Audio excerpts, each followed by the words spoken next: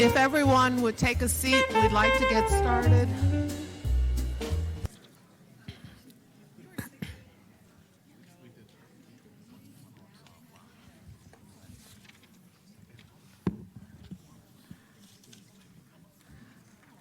Good evening, everyone. I'll begin today's meeting by asking Vice President Wayne Walker to make a general announcement for our guests. Thank you, Madam President. Good evening, everyone. I'd like to thank you for coming out in this wonderful holiday season. And to all your families and loved ones, we wish you a wonderful holiday season and a very happy new year.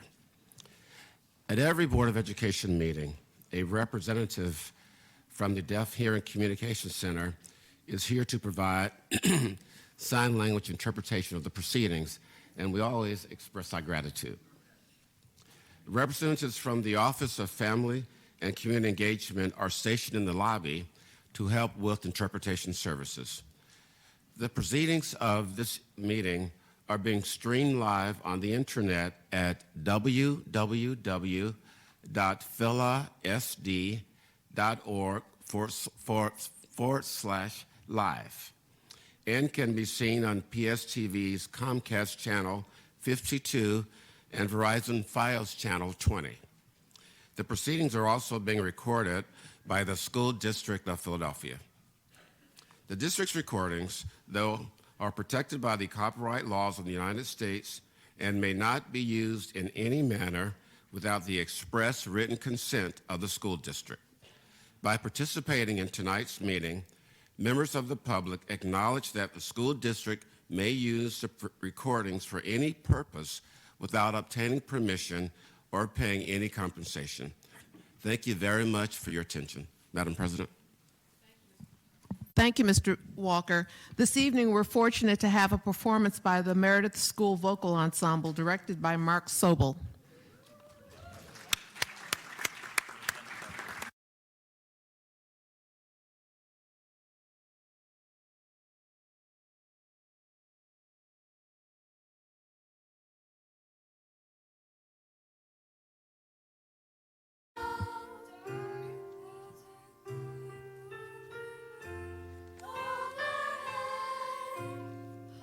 Hoping so we'll get out early.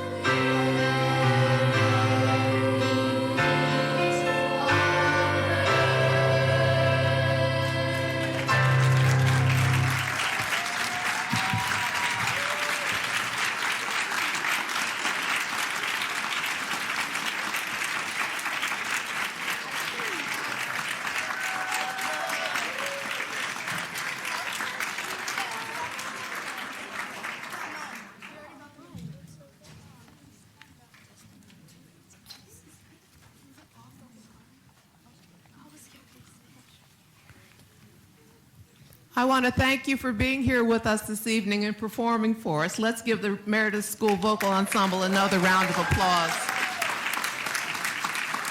And thank you, Mr. Sobel. That was wonderful.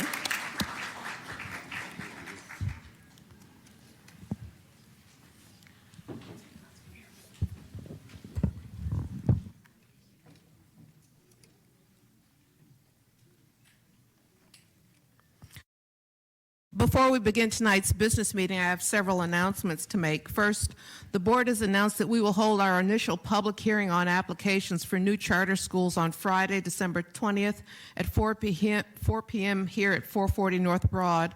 The hearing will be held in our offices, Suite 101. During this hearing, we'll have presentations from both applicants followed by testimony from the public.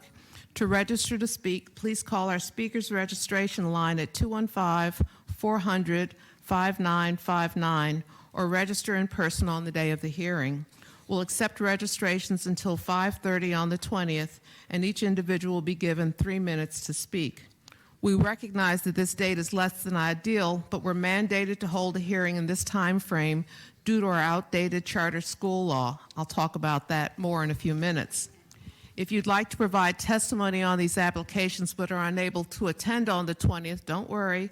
We have many other opportunities for individuals to provide testimony that will be included in the record of the new charter application process. These include submitting written testimony to the Board of Education by January 24th. Information on where and how to send this are on the board's website. Speak at the January 16th Student Achievement Meeting and submit your comments in writing to be included in the record of the application process, or speak at tonight's action meeting and submit your comments in writing to be included in the record of the application process. A second hearing will be held on each applicant on January 22nd, 2020. More information will be shared on these hearings in the new year. My second announcement is specifically about Pennsylvania's outdated charter school law. In August, Governor Wolf announced that he'll be proposing much-needed reform of the charter school law. As part of this announcement, the governor called upon the Pennsylvania Department of Education to embark upon a process of rulemaking which would create regulations to clarify our current law. Yesterday, we submitted comments in response to this proposed rulemaking, which I believe would improve the way charter schools and districts are able to operate under the current law. While these regulations would be a step forward, we should not believe these regulations would make are an actual solution to the issues of our law. We need true and comprehensive legislative change to strengthen accountability, improve transparency, and ensure that every child attending a charter school has access to high-quality education. The board commends the governor for moving this work forward and is eager to see introduction of his full legislative proposal. The board stands ready to be a constructive partner with the governor and the General Assembly as they work on modernizing Pennsylvania's charter school law. We'll now begin tonight's business with a roll call. Ms. Rout, please make an announcement about the board's executive session and then call the roll. Thank you, Madam President.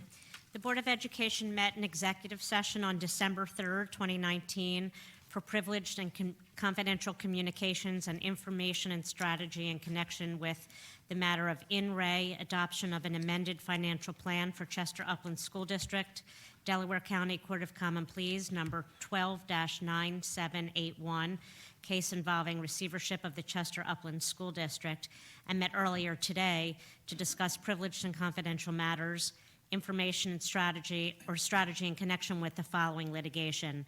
In re adoption of amended financial recovery plan for Chester Upland School District, same case number and description that I just mentioned. Aspira Inc. of Pennsylvania versus School District of Philadelphia, Eastern District of Pennsylvania, number 2:19-CV-4415, case alleging breach of contract and due process violations. And Alney Charter High School versus School District of Philadelphia, and the matter of John B. Stetson Charter School, both pending in the Pennsylvania Charter School Appeal Board, CAB docket numbers 2019-5 and -6. These are appeals from the board's non-renewal decisions. The board also discussed personnel and employment matters. And now I'll call the roll. Ms. Danzy? Present. Ms. Ahaya Hinton? Present. Ms. Fix Lopez? Present. Mr. Huang? Present. Dr. McColgan? Present. Dr. McGinley? Present. Dr. McIver? Present. Vice President Walker? Present. President Wilkerson? Present. Superintendent Height, Present. Ms. Ibrahim, Present. and Mr. Williams. Present. Thank you. Thank you, Ms. Rout. Due to time constraints between November 21st action meeting and this meeting, the minutes of the November 21st action meeting will be approved at our January 30th action meeting. Dr. Height, do you have any opening remarks? I do. Thank you, Madam President. For the past several months, the leadership team and I have been working on an updated action plan that, in conjunction with the board goals, will guide the district's work over the next 5 years. Every employee will play a role in advancing these strategic priorities, and every employee deserves to have the tools and resources they need to do the best work every day. So as we enter into the new year and prepare for budget season, our focus will be on identifying the most important things our employees need to support our strategic priorities in service to our schools and to our students. Madam President, as we talk about looking ahead into the new year and all the work that is to come, we realize it's also a good time for us to take stock what we've accomplished this year and acknowledge the partners who've helped us to get where we are. We frequently say that we cannot do this work alone, and we are grateful for the organizations and individuals that help us deliver quality educational experiences to our students. In this spirit, earlier this week, I was proud to attend the groundbreaking for a new facility that will house both Powell Elementary School and Science Leadership Academy Middle School, or SLAMS. This new school building will be made possible through a partnership with Drexel University, which currently houses SLAMS on its campus. This project has been in the works since before I arrived at the district, so I'm thrilled we were finally able to break ground at the site where the new school will be. The project is funded thanks to Drexel, the school district, the Linfest Foundation, and Ventas. As we look ahead, we're excited to be able to provide a K-8 pipeline with smooth transitions from elementary to middle school grades in West Philadelphia, a neighborhood that's been wanting this for quite some time. And the partnership with Drexel will provide some wonderful opportunities for both students and staff. Drexel will offer support and expertise in technology, instruction, media arts and design, performing arts, information sciences, and health. The School of Education will also offer professional development for teachers and enrichment programming for students in high needs areas as identified by both principals. So we're thankful to all of our partners on this project that will provide a modernized learning environment for students and are already looking ahead to the grand opening. Yesterday, I was also happy to celebrate with Board Member Wong the Computer Science Education Week with a visit to H.A. Brown Elementary School yesterday. In recent years, the district has made great strides in expanding access to computer science. We currently have over 53,000 students who are enrolled in computer science courses at 130 K-8 schools and 27 high schools. And just this week alone, nearly 20,000 students in 128 schools are participating in an hour of code activities in celebration of Computer Science Education Week. Much of this work is made possible by Governor Wolf's PA SMART initiative. This grant has helped us train more teachers, increase the number of advanced placement computer science courses, and expand FIRST robotics clubs. We are grateful for the governor's support, and as we work to provide even more opportunities to students throughout the city. I would also like to thank Melanie Harris, the district's Chief Information Officer, Dr. Fran Newberg, the Deputy Chief of the Office of Educational Technology, and Luke Bilger, our Director of Educational Technology. Your work has been integral in ensuring that no matter where students live or attend school, they have access to meaningful digital experiences. And I also want to thank the teachers and principals who make computer science engaging every day. We're already looking forward to next year's activities. Also, Madam President, want to take some time to talk about some renovations that have occurred to some of our offices, which has been getting some attention. And in particular, I want to provide some clarity around the reasoning and rationale behind the project. A few years ago, our charter schools office expanded and the Office of Inspector General expanded. As a result, our communications and external relations team was relocated from the first floor to the superintendent's office area. But the space, as it was laid out at the time, was not functional for the growing number of occupants. So to better support staff productivity, the office was converted from a space housing multiple offices to an open concept floor plan, which allows for more collaboration. I'm happy to say the new space has increased workspace capacity by 70% and has better accommodated the additional people working in the office who work in service of our schools and their students. Information about the planned renovation was included in a resolution that was approved by the board in June, recommending a firm to provide property management services here at 440. Before I close, Madam President and members of the board, I want to take the time to also thank all of our students, our teachers, our principals, our families, our partners and volunteers for a great first half of the school year. We could not do the important work we do in our school communities without your dedication, support, commitment, and inspiration. Thank you all for your commitment to making our schools engaging and welcoming places to learn and grow. I hope you all have a happy holiday season, and best wishes for the new year. Madam President, this concludes my remarks. Thank you, Dr. Height. Are there any questions from board members and student board members? Seeing none. Committee co-chairs, please provide a brief report on relevant items and action items discussed at your meeting. We'll start with Dr. McIver from the Student Achievement Committee. Thank you. Our committee met on December 5th and celebrated the accomplishments of several schools who have made progress and are exiting the Acceleration Network. Additionally, we received key updates from the Charter School Office and discussed action items on tonight's agenda.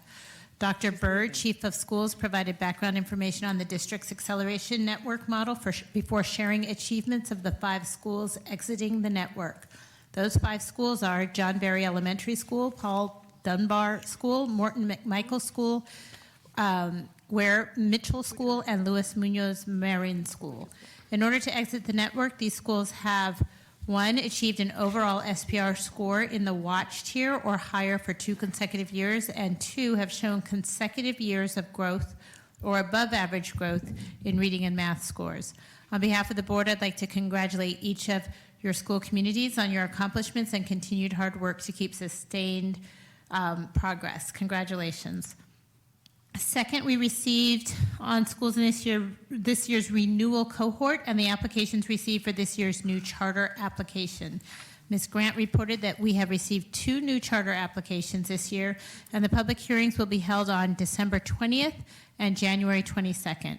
Additionally, she provided recommendations for schools in round 1 of the renewal cohort, along with recommendations on amendment requests. Some of these recommendations will be considered by the board on tonight's agenda through action items 33 to 38. The remainder will likely be considered at our January action meeting. Our committee also received information from the district on 2 other action items on tonight's agenda. Those are action item 31, contract amendment with TNTP, Philly Plus residents, $10,000. Board members had asked questions on the district's plan to bring this work in-house and why this contract was being requested for consideration at tonight's meeting. Dr. Beard shared that the district has developed a leadership development program within the district, including a principal pipeline program in collaboration with several university and external partners who participate in the district's leadership collaborative. Additionally, he shared that this item is being requested for board approval now because these schools did not have school assignments when the contract was initially approved by the board. He shared this is the last cohort of Philly Plus residents in the network. Additionally, Naomi Wyatt, Chief of Staff, provided information on action item 39, ratification of memorandum of understanding, the City of Philadelphia through the Department of Public Health, which is pending. This action item was added to the agenda on December 10th. The district has worked with the Department of Public Health to agree to an MOU that will allow the city's Department of Health to assign a doctor to the district's physician role and resolve the standing orders issue. Such an agreement is allowed by the Pennsylvania School Code. If this agreement is approved, the city will assign a doctor to the physician role, which will allow district nurses to give standard over-the-counter medications to students. Finally, we heard public comment from several participants on action items 31, contract amendment with TNTP. We heard concerns about how student achievement across schools, district schools, and positive parent and student experiences at Mastery Charter Schools, action items 34, 35, 36, 37, and 38. Full presentations are available with materials of our meetings on the board website. Our committee will hold its next meeting on January 16th at 5 p.m. in the Board of Education Room Suite 101. Thank you. Thank you, Dr. McIver. Are there any questions for the Student Achievement Committee?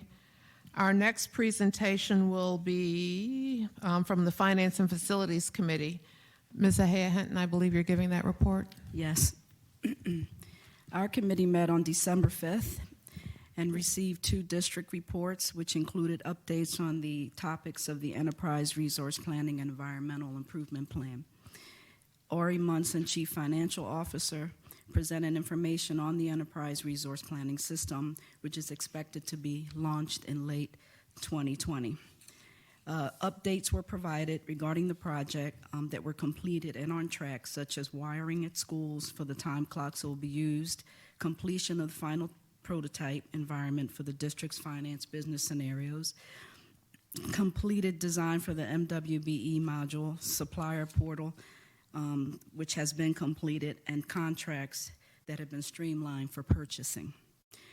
The system remains on track for the July 1, 2020 launch for our financial systems and October launch of our Taleo recruitment system. The district is recommending a revised timeline for the launch of core HR, or human resource benefits, absence management, and payroll functions in order to provide sufficient time for testing and contingency planning. Secondly, Mr. Cretin, external consultant, provided updates on completed AHERA inspections, facility inspections at each school, lead paint programs, etc. The district completed and acted upon imminent hazards that were found through the following actions. AHERA inspections at 12 schools over the last 2 weeks, 70 completed inspections between the facilities area coordinator and principal of each school. There have been 32 lead paint stabilization projects completed, and 15 additional schools have been designated certified lead safe. Additionally, the district will work to complete projects at 5 schools that need full stabilization over the winter break, and along with 20 other schools that currently have temporary protective measures. Recruiting and hiring of additional project managers to provide oversight and resources is in process, and new protocol agreements and ongoing coordination with the PFT as well. Additionally, our committee discussed the following action items. Action item 17, which is the contract with Wayne Moving and Storage, moving services at various locations. Board members asked questions on the breakdown of costs between the contractor and subcontractor for this contract to ensure we're meeting MWBE requirements. Action item 25, the contract was Facilitron for use of facilities system. Board members also asked for clarification on the connection between this contract with the district's overall process to manage the lease of school facilities with outside partners and agencies. Action item 26, contract amendment with Mobile Lease Modular Space, Inc. for modular classroom at Mayfair Elementary. We requested clarification on the dollar amount being considered for approval for the amendment of the contract in comparison to the previously approved amount. Finally, we heard public comments on facilities conditions, the CSPR process, and comments on action items 18 and 19 on change orders.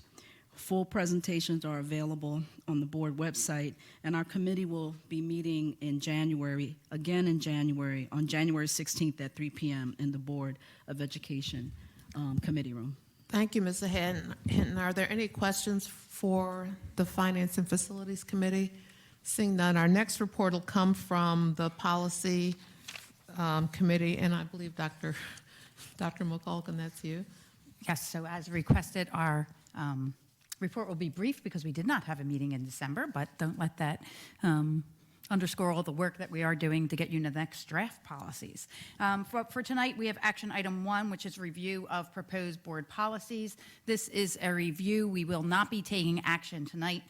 The draft policies were reviewed by our committee at our November 14th meeting. These include 004, board norms and organization, 610.1, termination of contracts and disqualification, suspension, or debarment of vendors, 611, exceptions to purchases subject to a competitive process, 612, which is a new reassigned number, business diversity in the procurement of materials and contract services. 613, cooperative purchasing. 901, school community relations objectives. 902, publications programs. We are currently collecting public input on these policies until our next action meeting on January 30th, at which these policies will be considered for adoption by the board. Our next committee meeting will be held January 16th at 1 p.m. in the board committee room. Draft policies are will be reviewed at that meeting and will be posted to the board website on January 9th, and we do appreciate input and feedback. Thank you very much. Thank you, Dr. McCulkin. Are there any questions? Our next committee report will come from Partnership and Community Engagement. Ms. Danzy? Are you speaking to the microphone? Tonight, as we've been doing in the last few meetings, a member from our Parent and Community Advisory Council will be presenting the report on their engagement and contact out in the community. And for tonight, Ms. Maria Shaban will be the one who will be delivering that those comments. And if you would come up, yes, thank you.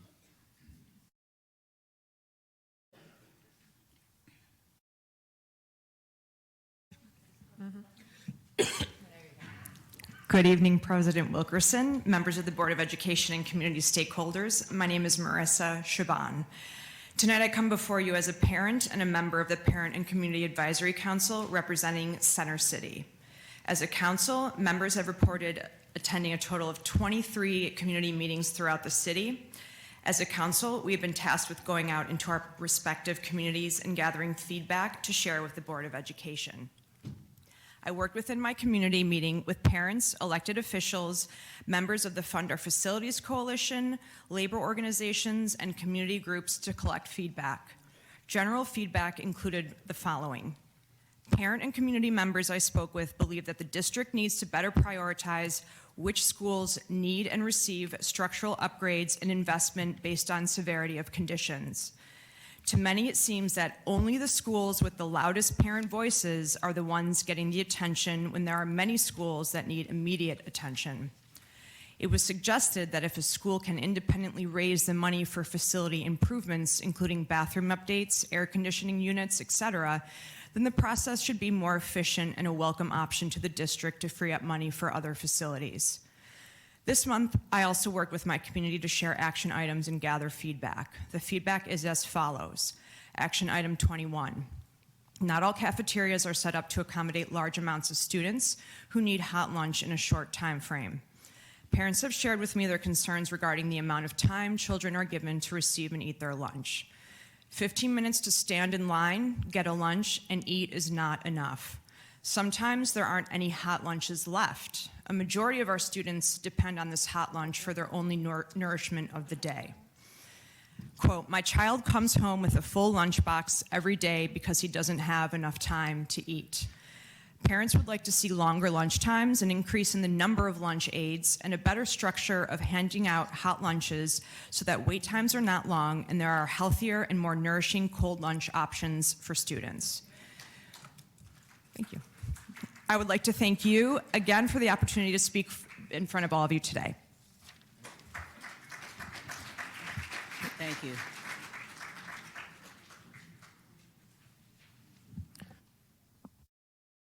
Ms. Danzy, do you have anything else? No, thank you. I want just to thank our advisory council member for such a good report.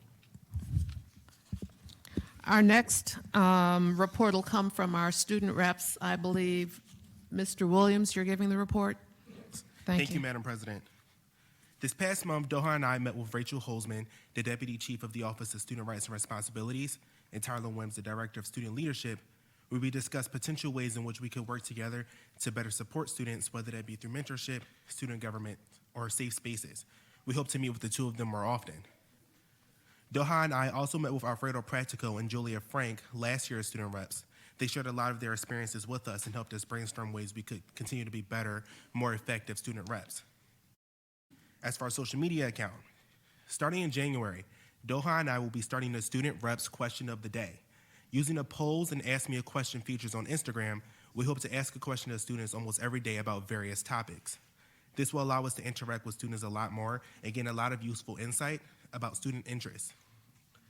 As for the Free Library of Philadelphia, one of Doha and I's plans at the beginning of our service was to try and ensure that every student without internet access at home was given a library card so they could receive internet access at their local library. This was one of our main topics of conversation during our first meeting with Mayor Kinney last month. Yesterday, the Free Library of Philadelphia's Board of Trustees met to determine whether or not they would eliminate fines for lost, damaged, or overdue items. To our delight, the Free Library of Philadelphia's Board of Trustees voted to take action to eliminate any outstanding fines that a person has with the library. At this point, students who are unable to access the library due to outstanding fines will now be able to utilize the Free Library's resources again, starting in the spring. And this concludes my talking points for the month. If anyone would like to contact Doha and I, you can email us at studentboardrep@philasd.org or contact us on Instagram or Twitter at PHL Student Reps. We hope that everyone has a safe and joyous holiday break. Thank you. Thank you. Are there any questions for our student reps? I just want to say congratulations on the work you did around libraries. I remember talking with you early on, and you highlighted that as something that really prevented a lot of kids from really using the library, and that when we talked about Nuzella or whatever that thing was called, you were saying that, one of the challenges was that, kids don't have access to computers necessarily. And so thank you for targeting that issue and the work that you did in order to bring the change about. Thank you so much. Our next, we're going to hear from our speakers. And Ms. Rauch, would you please call or make the announcement? Yes, thank you, Madam President. On behalf of the Board of Education, we'd like to thank you for your input on school district matters and issues, including the proposed actions under consideration tonight. To respect every speaker's time, we will be strictly enforcing the 3-minute time prompt on the table. There is an electronic, you will see when it comes to yellow, you'll have 30 seconds left to wrap up your remarks. At red, you have to be done. Student speakers, elected officials, and those speaking on action items are prioritized on the agenda. Anyone speaking on general topics will be able to address the board after completion of formal business. Up to 4 speakers may address the board on each topic. Written testimony submitted in advance of the start of this meeting will be included as part of the record of tonight's meeting. I will call 5 speakers at a time to the front of the room. Please sit in the front row. And the first 5 are Aiden Gonzalez, who can come to the table, please. Maya Razak, Flor Zia, Ann Johnson, and Carrie Akula. Madam President, may I ask one question, clarification question, Dr. Height, prior to this? So, action item 31, I see that there are individuals that are registered to speak on this. I just wanted to get a clarification prior. My understanding with action item 31, which is with Philly Plus and TNTP for $10,000, is that this is not an extension of the program, that this is essentially a retro, which you've talked about, amount that needs to be paid for teachers that were simply identified late in the process, and so payment wasn't made prior. That's correct. Is that correct? That's correct. Okay, so there's not an Yes. extension, it's not, there's more principals in training? No. Okay, and then one of the things I believe that we heard from Dr. Bird at the Student Achievement Committee is that as we've talked about before, the idea is to kind of step down and bring all of that internal. That's correct. Okay, Yes. all right, thank you. Just a point of order, and I just want to be upfront about a concern that I have, because we're going to be discussing policies about board operations at an upcoming meeting. And so tonight we have 12 speakers registered on behalf of the Mastery organization, and our policy calls for 4. Yes, they're each distinct items, but in the future I would like to hope that we could limit the testimony on behalf of these items. Our decisions are driven by the law and the data for the charter schools, not by the presence of advocates. And so I would just hope in the future we wouldn't have 12 speakers on essentially the same topic. Thank you, Dr. McGinley. It's now time for our speakers. Is Aiden Gonzalez? Thank you.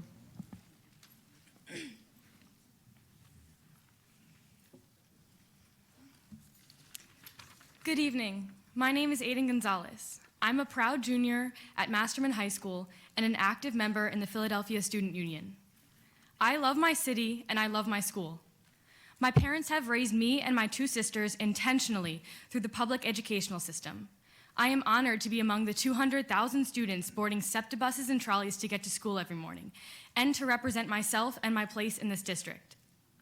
But I have concerns that require an immediate response. And I am here because I care about my school, and I feel the need to emphasize these concerns to the board.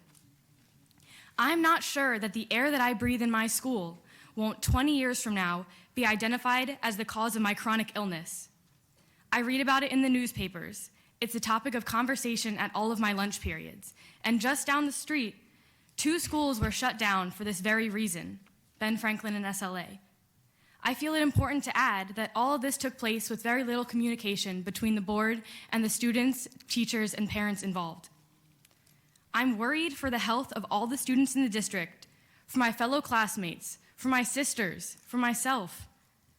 And I understand that this is a money issue. There is not enough money to ensure that all schools are both able to open on time and with breathable air. I wholeheartedly believe that if all the money needed were available to the school district, the decision of the board would be unanimous and that every school would be asbestos and lead paint free. I would like to see urgency toward asbestos and lead paint free schools. I'm asking you to act fast. Every day that this issue is put off is another day that thousands of students, all ages, are put at risk of consuming lethal substances in their schools. I'm asking you to also be more transparent about the matter.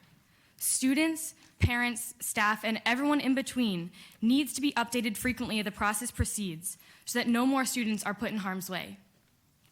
Thank you for your time. Ms. Gonzalez. Ms. Gonzalez. Ms. Gonzalez.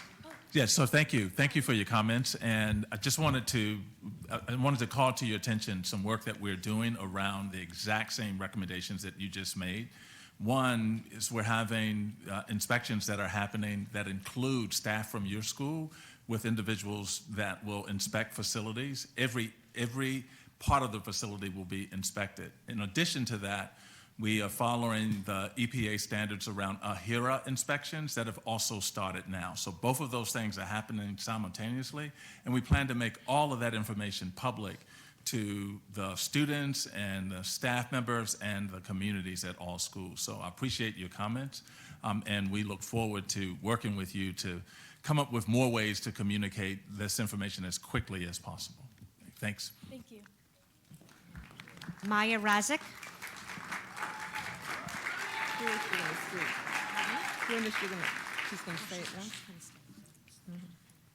Good evening, Philadelphia School Board, Dr. Height, and visitors. Thank you for allowing me to speak here tonight. My name is Maya Razek, and I'm an 11th grade student at Mastery Charter Thomas. I'm here to talk about my experience at Mastery Thomas and why our charter should be renewed for 5 more years. I've been a Mastery student since 6th grade. Prior to joining Mastery, I was a student at a Catholic school. Being an immigrant to this country and moving here from Trinidad and Tobago when I was 10 years old, I did not feel part of my prior school community. I chose Mastery because I was looking for both acceptance and more rigorous academics. I found both at Thomas. Thomas is an incredibly diverse school and is still the strongest school community that I've ever experienced. Despite the diverse student body, everyone is welcome and has a home here at Mastery. Furthermore, the teachers are challenging but supportive, and there are countless clubs and activities. For example, I play cello in the Thomas Orchestra, and I'm the community service chair of Divas in MGD, a leadership club that brings students together as family and volunteers at our local community. In addition to these great extracurricular activities, we have drama club, board game club, esports club, and dozens of sports. At Thomas, regardless of who you are, where you are from, or what club you join, you are part of one family. The community here is strong. This is my family. The academics at Mastery Thomas are challenging and preparing for college success. As an 11th grader, I'm enrolled in AP Language and AP United States History. I hope to graduate Thomas with multiple college credits. Without Mastery, I would not have this opportunity. Because I was able to choose Mastery Thomas, I have a second family outside of my own. I'm set up for college success and will hopefully be a freshman at the University of Pennsylvania in the fall of 2021. I would like to thank the board for recommending us for renewal, providing me with a choice, and allowing me to pursue my dreams.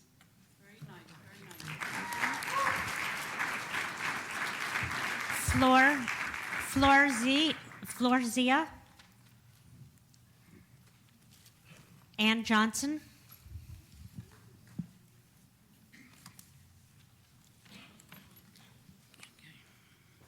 Good evening, Dr. Height, members of the Board of Education. My name is Ann Johnson. I am an employee with the School District of Philadelphia for the past 17 years as a certified school nurse. Prior to joining the school district, I was employed at a major university. I have both certifications in critical care and trauma nursing. I'm here to speak tonight on the lack of a medical director in the school district. The nurses were informed on November 20th, 2019, through an email that I have enclosed, that we were no longer allowed to administer over-the-counter medications since there was no medical director.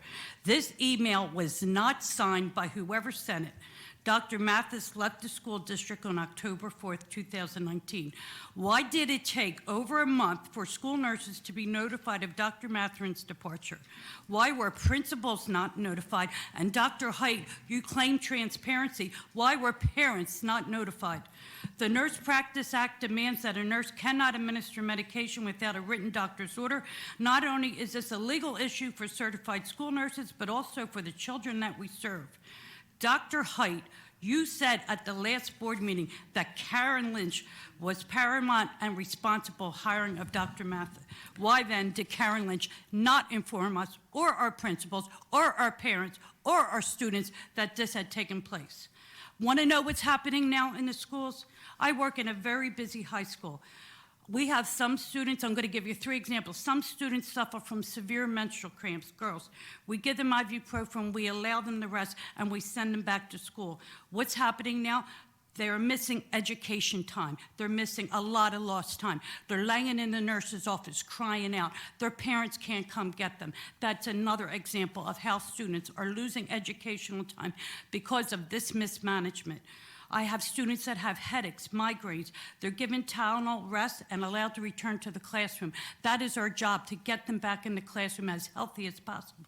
We can't do that now because we can't give them anything. Again, these kids are staying in our offices all day, lost time.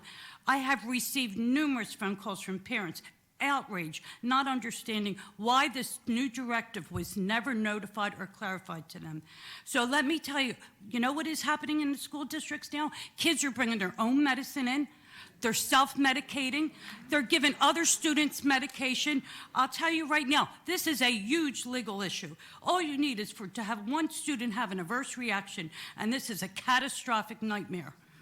Dr. Height, last night you said at the board, last week you said at the board, last month you said at the board, oh, well, students just need to go and get an order for over-the-counter medication. How removed are you? Some students don't have health insurance. How are they going to get the order? I called Health Center 10, the busiest health center in the city, and the nurse manager said it would take over 2 to 3 months for one student to get orders. Thank you.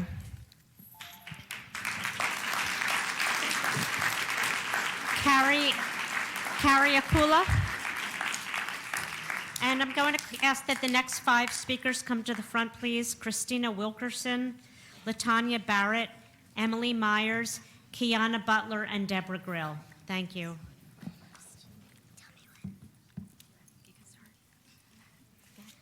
My name is Lexi Akula, and I'm a 3rd grade at McCall. When I see problems, I try to solve them. My mom helps me by giving me opportunities to speak up. Last year, I faced lots of problems, such as not enough hot lunch for students, no locks on bathroom stalls, and dusty lead books being packed away without cleaning them. I support improved communication between families and schools. Sometimes students and families don't know how to speak up. Please help them speak up. Thank you. Wow. My name is Carrie Akula, and I'm the parent of a 3rd grader at McCall School. I've spent the last year tirelessly serving McCall as the home and school treasurer. I've had access and information to the school that others may not have had. I support the school district changes to the policy being made, but I would like to know how you will measure effectiveness and adherence. Last year, my daughter Lexi advocated for a hot school lunch for all students. Through her advocacy, we got the small gym that serves as a lunchroom to open a wall and add refrigerators and food warmers, making 2 lines for lunch. This eased 2 issues. 1, not enough hot lunch, and 2, more time to eat. Last year, they had 20 minutes to eat. For some reason this year, the time was reduced to 15 minutes. Many parents were concerned, and many lunchboxes were coming home full. Parents tried to coordinate and ask questions of other parent volunteers. The principal only spoke at the SAC meeting, which is mostly working families can't attend. A communication was supposed to be sent to all parents in November. Still, we have not received it. We were lost with our child coming home saying that she had only 6 minutes or 10 minutes to eat some days because the teacher was late to drop off. Her teacher was telling us that she wasn't focused in class. She's been a straight A student. She's not getting enough time to eat. Other parents expressed concerns continually at home and at school meetings, home and school meetings. I wrote to Superintendent Height and asked, where's the policy and about how long lunchtime is? He responded quickly. The answer was that McCall gets 30 minutes and 15 minutes for recess. This was not happening in the school. When district superintendents went back and forth with me on an email, it wasn't clear, and when I asked to confirm, because there is a gym clock set to 15 minutes, the position remained, it's 30 minutes, but there is a baseline of 15 minutes for kids who want to go to recess. None of this was communicated to the children in the school leadership action.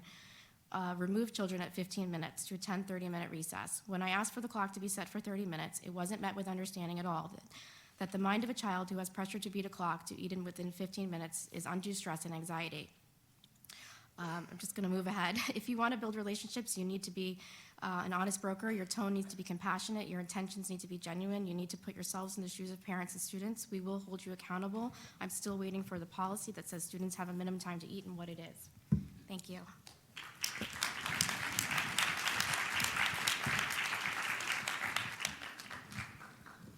I'm just going to get Dr. Bird and talk with her.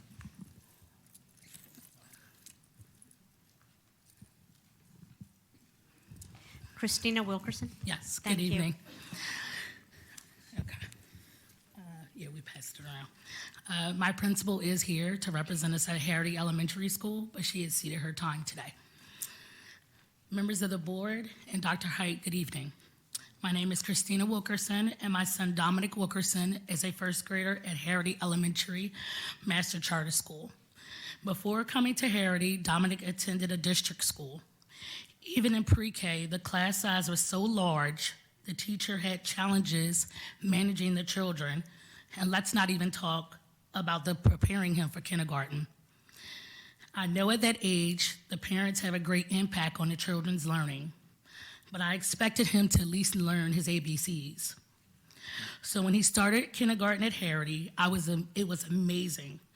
I didn't know learning could be so fun and engaging.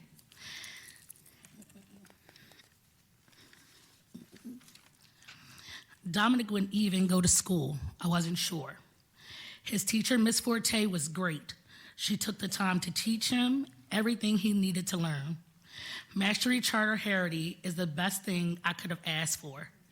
He not only is learning about his 3 R's, reading, writing, and arithmetic, and the new math, but he is learning about core values and how to navigate challenges in the world. My son has learned so much since being there. I could not have picked a better school, or you could not have picked a better provider, since that is our neighborhood school. The school treats us like family. I love the school, I love the teachers and the staff.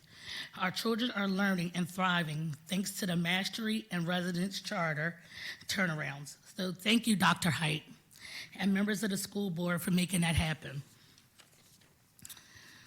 Last week, we presented 520 petitions signed by parents, student, and community members to the Student Achievement Committee of the school board because we wanted to let you know how much we love our school and how critical Harrity is in the life and future of our children and community.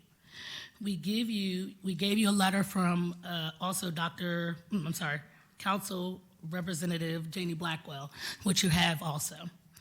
On behalf of 850 students at Harrity and more than 11,000 families whose children attend Mastery Charter Schools, I say thank you for allowing me to be here.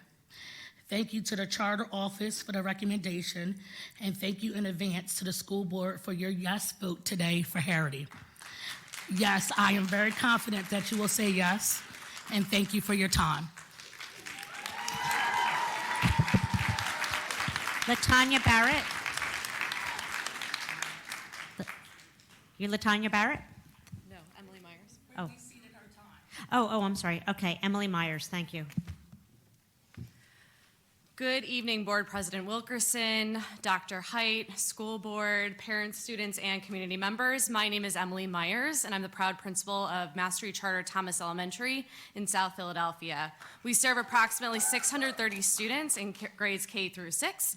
On behalf of the Thomas community, our students, our families, and Peter Langer, the principal of Thomas High School, who is also here tonight, I want to thank the Charter School Office for taking the time to review and evaluate our school. We are delighted that they have recommended Mastery Thomas for a 5-year renewal. We hope that you, the school board, will approve to renew our charter. As you know, we previously submitted close to 700 petitions on behalf of the Mastery Thomas community, and tonight we are also proud to submit a letter of support from Councilman Mark Squilla, our local rep. I've been the leader at Thomas Elementary since our founding in 2013, and it has been humbling to witness the growth our students and our community has made since its inception. As a former special educator, a particular pride point is the achievement and growth that our students with special needs and our English learners have demonstrated year over year. Our school serves more than 120 students with special needs and over 80 active English language learners. In fact, our families speak over 18 different languages and dialects, and we work alongside numerous translators and interpreters in our community to ensure access at our school. This is what true inclusion and differentiation can look like. In the most recent school progress report released for the 2018-19 school year, Thomas was ranked the #1 peer leader in its group. We are a model school in terms of growth and progress, and we're highlighted for our Access for L's achievement metric. And aside from academics, we also pride ourselves in the extracurriculars that we are able to provide, from our Thomas Tones and Tunes, our choir and our band, to all the sports and games clubs and the partnerships that we have in our community. We are really dedicated to educating the entire child. I have the pleasure of working alongside some of the most dedicated and skilled educators in the city of Philadelphia. Teachers and fellow leaders at my school work tirelessly to communicate with and build authentic relationships across lines of difference with key stakeholders to ensure that all students, regardless of race, ethnicity, language, ability, gender, and background, are achieving and thriving. Building an equitable school community that values rigorous academics and high expectations is a top priority for my faculty, and I'm super proud of the training and efforts that have been made to support high levels of learning and achieving for all children. Our founding kindergarten students are now 6th graders, and in just a few months, we'll be moving on to Mastery Charter Thomas Campus High School, where they will no doubt continue to soar and prepare for post-secondary success. I'm continually impressed and amazed at the academic and social emotional growth they have demonstrated since I knew them as 5-year-olds. It has been a pleasure to see how their teachers and families have rallied around them year over year to coach and support them to make tremendous individual gains. We look forward to your continued support tonight in the years to come. I look forward to continuing to serve in the South Philadelphia community. Thank you. Kiana Butler.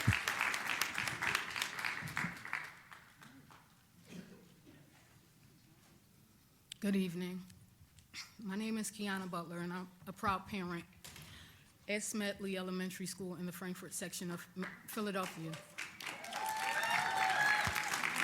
Mastery Charter School is an important factor in my children's lives. For the past 4 years, my 9-year-old has accelerated academically. She's an honor roll student for 4 years in a row, and she's also a leader for her peers. I'm very proud of her.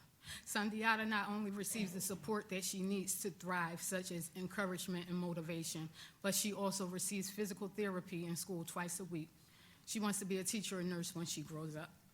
My 7-year-old Soraya started Mastery Smedley this year. She came from another public school that couldn't provide the speech therapy service she needed.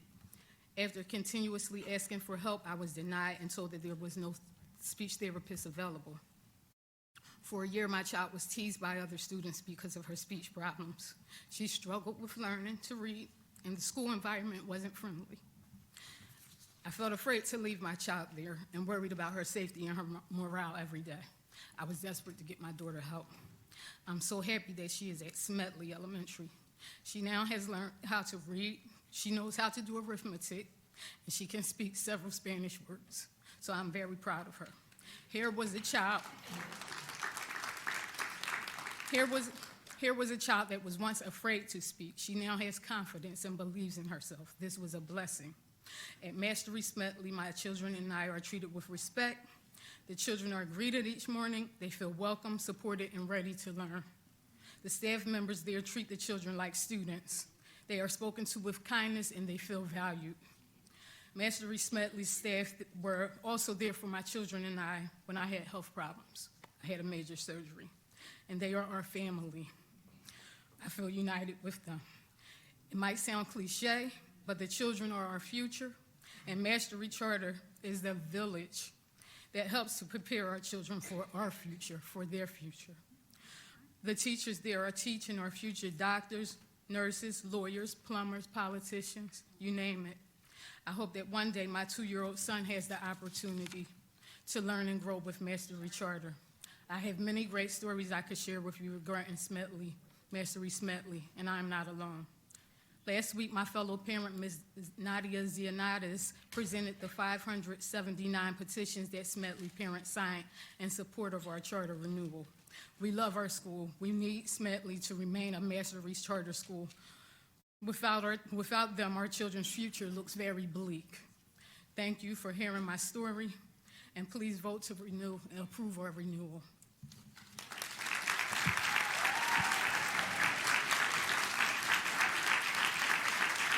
Thank you. Deborah Grill.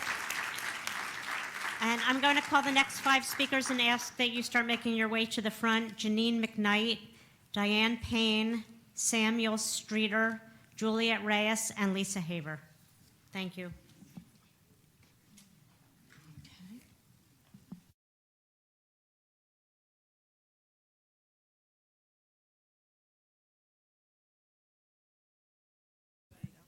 Oh, okay, thank you.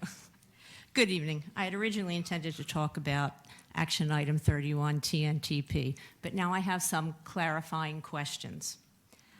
Did I hear correctly that this is the last year for using Philly Plus as the training vehicle for candidates? Okay, so that now the program, the in-house program, will be using accredited universities and coaches with significant classroom and administrative experience, as well as experience in public schools? You'll be doing that in-house. Will TNTP be used for anything within the school district? They used to, and this was years ago when the SRC was around, they used to screen applicants for teaching positions, and they used to coach the people in the Office of Teacher Effectiveness. Is that still? If you would just make your comments, and then if the Well, superintendent needs to. my comments are sort of moot if that's not the case. I mean, if they're no longer here. Dr. Hyde has responded that we'll not be using them for the. Preparation of principals. Yeah. Right, but so they're not screening teachers and they're not screening For anything? principals that apply to the system. So, yeah, and I'm only speaking, Ms. Grill, when I was making my comments, I was only speaking to the part about the principals, and we use them now for preparation for those individuals. Right, I understand that. Right, and coaching those new principals, we're bringing all of that in-house to the degree that we're using them for other things. I'm not aware of enough of those things to answer your question right now. So I could Okay. get that information for you, but I don't have it right now. All right, well then I'd like to say a few things about TNTP. TNTP usually uses people that don't have much experience. They maybe have a couple years teaching, and then they come out as coaches. They usually get their experience from TFA, being TFA teachers. They base a lot of their training on their own research, which has been described by many people as, let's see, that would not survive any sort of peer review process. Okay, their sampling strategy is a problem, the survey response rates, and their ties to Michelle Rhee have always been a problem. Some of their major research works, like the opportunity myth, has been described as not really, claims not really supported by evidence. There are questions about how key constructs are measured, how data is analyzed. The conclusions were reported in a way that seemed to be almost aimed at creating a sense of crisis around the claims rather than reporting nuanced, in-depth research findings based on rigorous methods.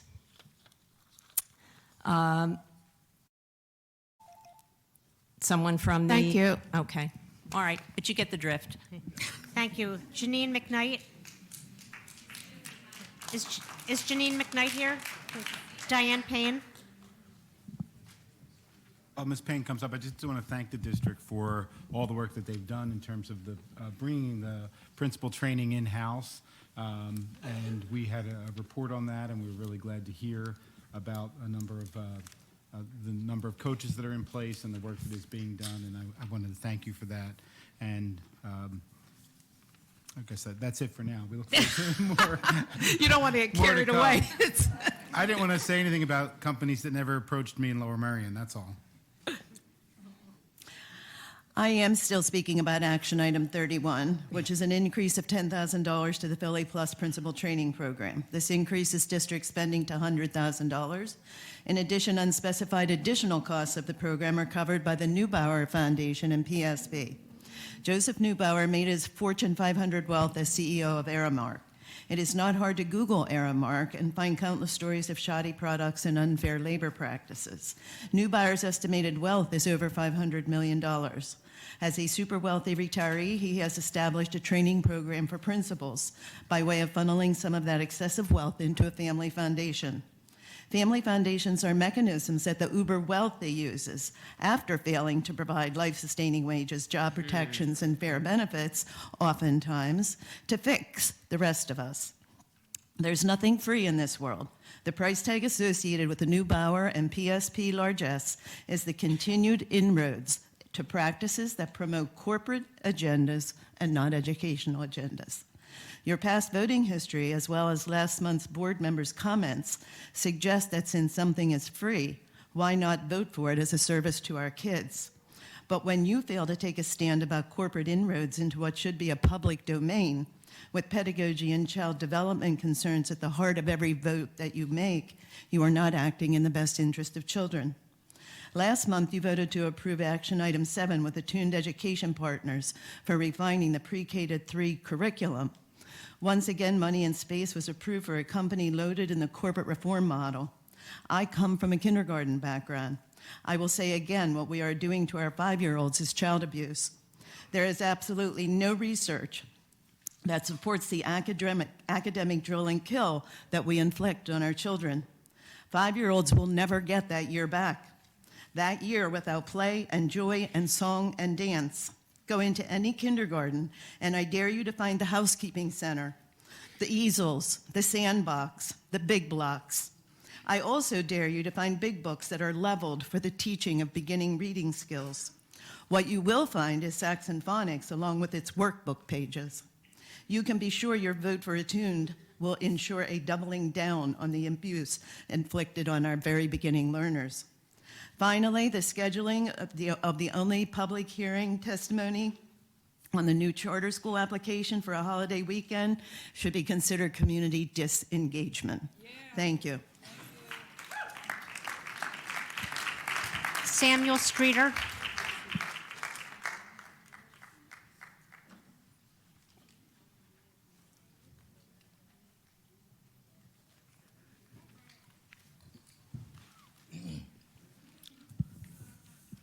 Good evening, members of the school board and Dr. Height. It is an honor to be here today. My name is Samuel E. Streeter, Jr., and I'm the proud parent of 2 Mastery Charter Lenfest campus students. Mastery Charter has been a godsend to me and my family. As a single dad, I was looking for a good, strong environment where my kids could learn and grow in safety and in positivity. We had applied to many schools throughout the Philadelphia area after my daughter Samira graduated the 6th grade at a district middle school in West Philadelphia. I wanted to find the best opportunity for her. I applied early to Mastery Charter Lenfest, and in my heart, I prayed that she would get in. She had a good academic history and a positive behavior record. During her first year, she excelled at Mastery, and that made me a very happy parent. After my son Emery graduated 6th grade a few years later, Mastery Charter Lenfest had reached out to me to see about him getting an education at their campus. I immediately said yes, due to the positive results we had achieved for my daughter, as well as the history of high percentage of graduates with scholarships for higher education. Last year, LenFest students received close to $4 million in college scholarships. I am very happy with the overall structure of the Mastery LenFest Charter School and would be proud to recommend this school to any of my friends and family in need of schooling for their children. And I know I am not alone. Over 300 parents and students signed petitions to show our wholehearted support for Mastery LenFest Charter renewal for the future years. We also shared with you a letter of support from our Councilman Mark Squilla in support of our renewal.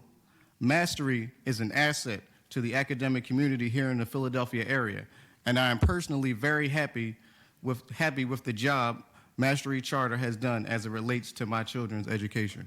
I appreciate your time and thank you very much. Juliet Reyes.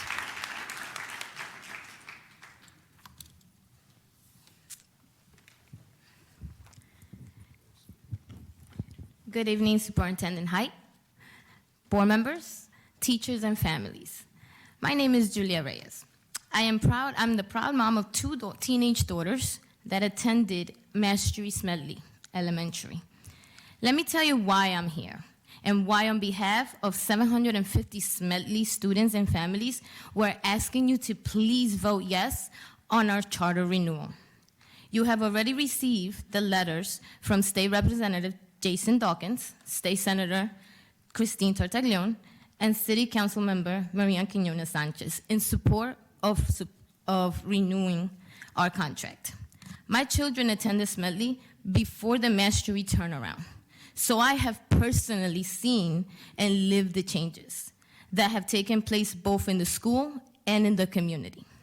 I want to thank you, Dr. Height, and all the board members for making this Renaissance charters a reality, because for that, they have helped bring back our neighborhood schools. I experienced firsthand Smedley's transformation from being one of the most violent schools in the district 11 years ago to the school it is today, a warm and wonderful school. It now has a culture of consistency where the students feel safe and loved. Our teachers and school leaders are proud of student accomplishments, and we celebrate them. Teachers' turnover is low, which means teachers want to stay and teach. Our data proves that students are learning and gaining the necessary skills that they need to become productive members of our society. But as a parent, I don't need the data. I've seen it in both my daughters, and they've come very far with the great education that they have received at Smedley. I have remained an involved parent for the last 10 years, and because I wanted to be a part of that change, a positive change, I became a leader in our parent action team, and we've worked together to improve our neighborhood. We have met with the police officer, the captain, the SEPTA chief, crossing additional crossing guards to improve police-community relationships and increase patrols around the schools, including at the Frankfurt train station. We have gone to Harrisburg and advocated for stricter gun control and to make sure that there are no cuts to special ed funding. Smedley has truly become an anchor in our Frankfurt community and as parents. I have been employed the last 5 years with Mastery Charter, and I started as a cafeteria aide. There are many reasons. For these reasons, I will continue to fight to keep our school and my community school a Mastery Charter school. Again, we are here to ask you to please vote yes, and thank you for giving me a chance to speak. Good night. Lisa Haber, and could the next 5 speakers come to the front, please? Carol Klimnick, Linda Rubin, Brittany Johnson, Angela Bishop, and Dee Dukes. Thank you.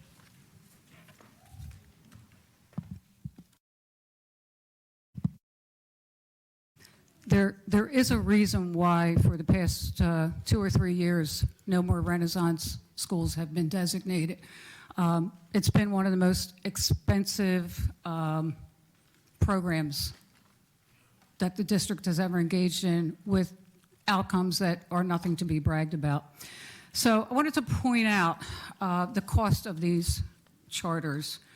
the 5 schools, the mastery charters that are going to be renewed tonight, and these are very rough numbers because I'm going by this year's budget, and some of these are retroactive. So we could be in the 4th year or the 3rd year. But if you just take 5 years for these schools tonight, it's district spending of $325,346,850. When you take the 7 mastery schools that were renewed in September, again, rough estimate, $441 million over 5 years. So the total for that company's schools is $766 million over 5 years. And when you take the other renewals from 2019 that were passed by the board, you have $514 million. So when you take all of the renewals from this year, and there are 2, of course, that are not here because they don't feel like signing, over 5 years, that's $1.28 billion. So, charters are very expensive. All schools are expensive. But when you talk about schools where there is such a lack of oversight and there's such pushback, when you say, okay, if you're a public school, give us all the information that public schools must disclose. And, I find that the board has been lacking in really, it's not the charter law's fault. The board itself needs to do things. So I brought a few things to signify the gifts that have been given to the charters. Like there's no public hearings for a 5-year renewal. You have a whole 5, like schools invited to renewal application, document, yada, yada, no public hearings. You have the secret negotiations where clients are treated like, charters are treated like clients. You're giving credence to charter claims that they are better when they fail to meet academic and organizational standards.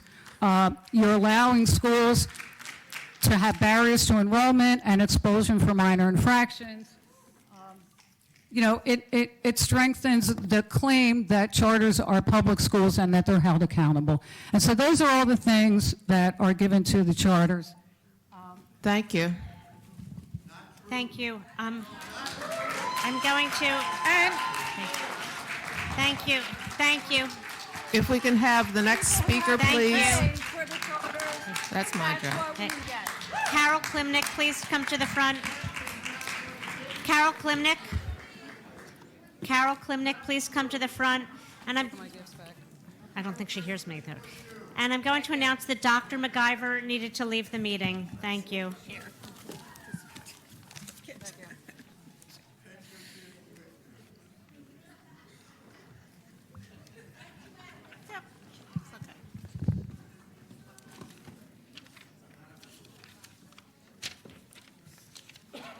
Okay, good evening to everyone. Tonight my topic is community disengagement. I want to begin with item 9, part of this administration's ongoing strategy to outsource developing strategic plans from operations to early childhood. Why is district management hiring the District Management Group LLC to do its work? The DMG CEO has no education background. He simply sells education products. He cut his teeth in McKinsey & Company, known for cutting the workforce to maximize profits. Working in the Illinois and Vermont school districts, DMG's record involves recommendations to reduce costs spent on special education students while increasing professional development that they happen to sell.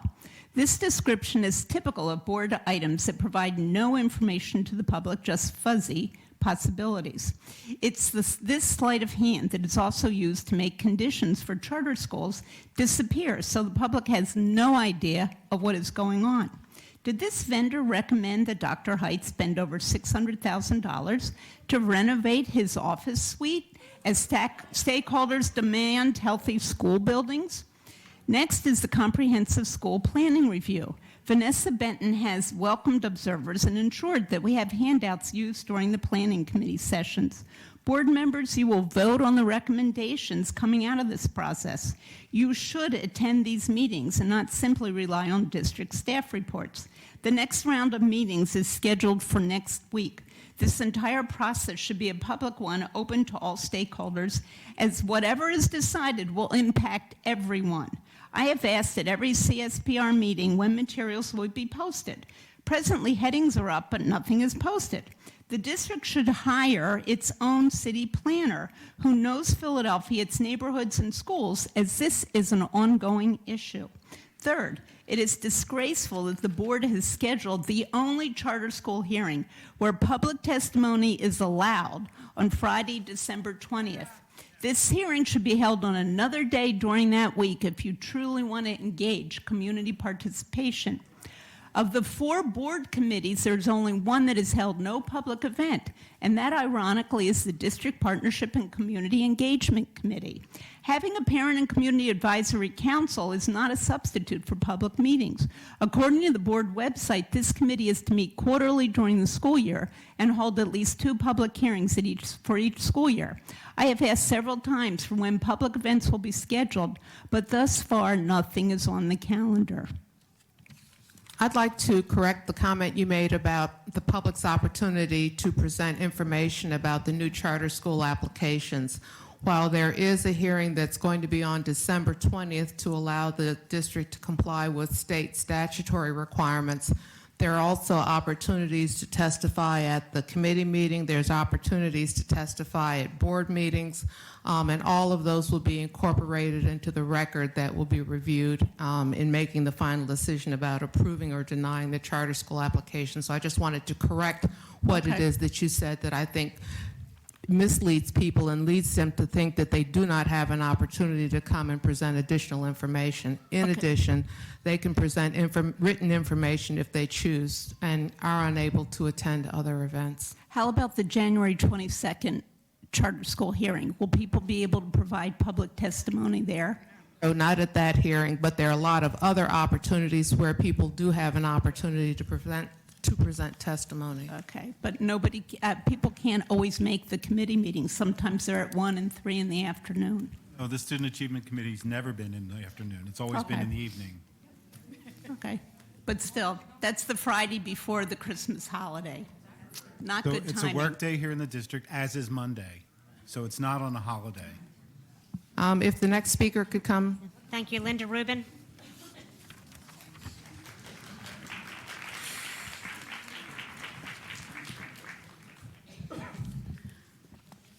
I'm here to speak again about rebuilding this school district's internal talent pool, not outsourcing programs to private companies who have a product to sell. This testimony is not just about items 29 and 31. It's about what's really driving these companies as they work to control public education nationwide. The SRC plugged its financial holes by breaking the contract for 5 years, not spending on deteriorating schools, and closing others.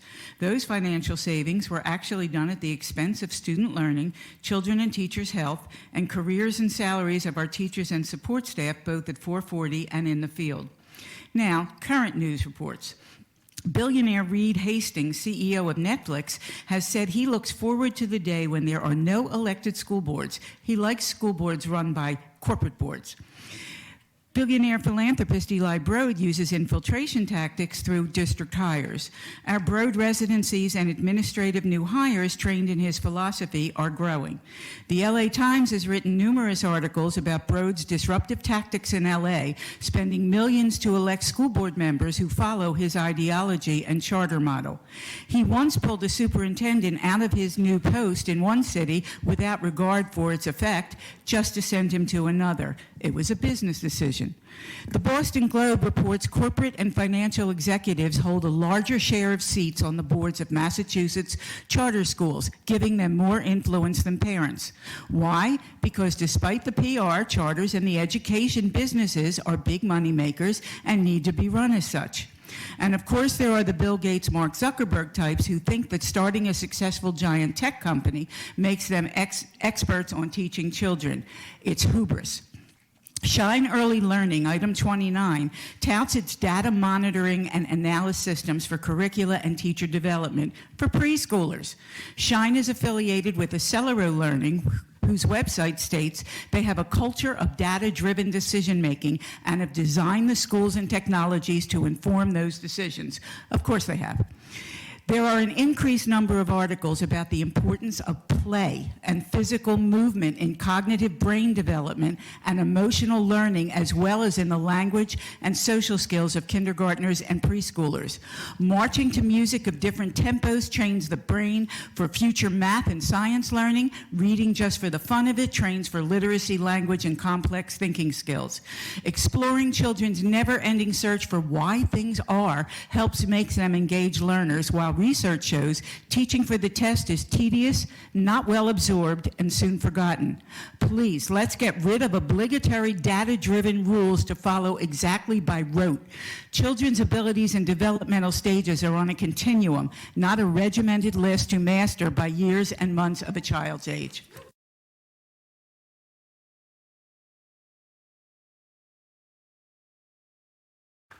Our next speaker is Brittany Johnson. Ms. Johnson will be followed by Angela Bishop and Dee Dukes. If you could come forward. Good evening, members of the board, Dr. Height. Thank you guys, first of all, for giving me this space tonight to be a voice for all of our 580 LenFest students and 58 staff members at the LenFest community. I have been a Mastery employee for the last 10 years and one of the proud assistant principals at our LenFest campus for the past 6. And as I think about all of the moments in my experience that I could share with you all about why I love LenFest, I'm going to share two of them with you today, of which actually occurred last week.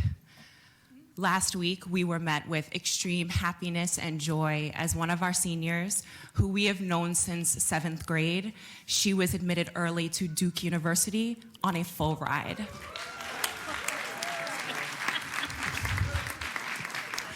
And it brings me so much joy, and I know you can hear it from the back as well, because this was somebody who we raised, who we supported, and who we truly loved since she was in 7th grade. Whether it was National Honor Society or our Divas program or AP courses, we provided her, and not just her, but our 580 other students that opportunity to be whoever it is that they wanted to be when they left this building, to be empowered to make choices, to find justice for our Black and brown children, where often justice is not met for them outside of this community. And on the other end of the spectrum last week, we lost 2 of our seniors who we also had known since 7th grade. One of them who is no longer on this earth with us today, and one whose life will forever be changed by the moment in that time. And through that pain and that grief, we showed up for our kids.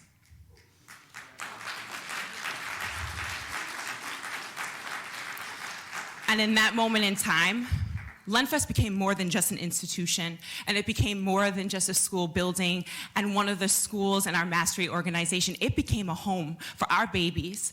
Our kids just showed up to school because they knew that there were adults in that building who loved and trusted them and cared for them and would be there for them through this pain. And if being a Mastery employee has taught me anything, and if being at LenFest has taught me anything as well, having an authentic community of adults who work tirelessly and endlessly to love and support our kids is everything. To support them not just academically, which we know is important, whether it is the Duke Universities of the world or whether it's anything else that they decide to pursue, that we are also safe havens and that we are communities of emotional and mental support for our kids. And that is why I stand here so proud in front of you to be a LenFest and overall Mastery employee. Thank you.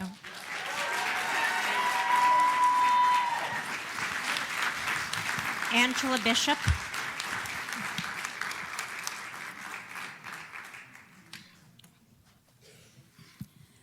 Good evening, Board President Wilkerson, Dr. Height, and members of the school board. My name is Angela Bishop, and I'm going to say this loud, and I'm going to say this very proud. I am the proud parent of a 6th grade national honor society student at Mastery Man Elementary School in West Philadelphia. Thank you.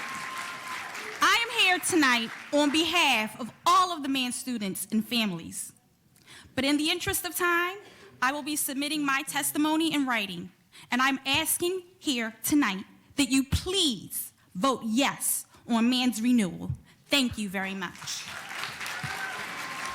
Dee Dukes.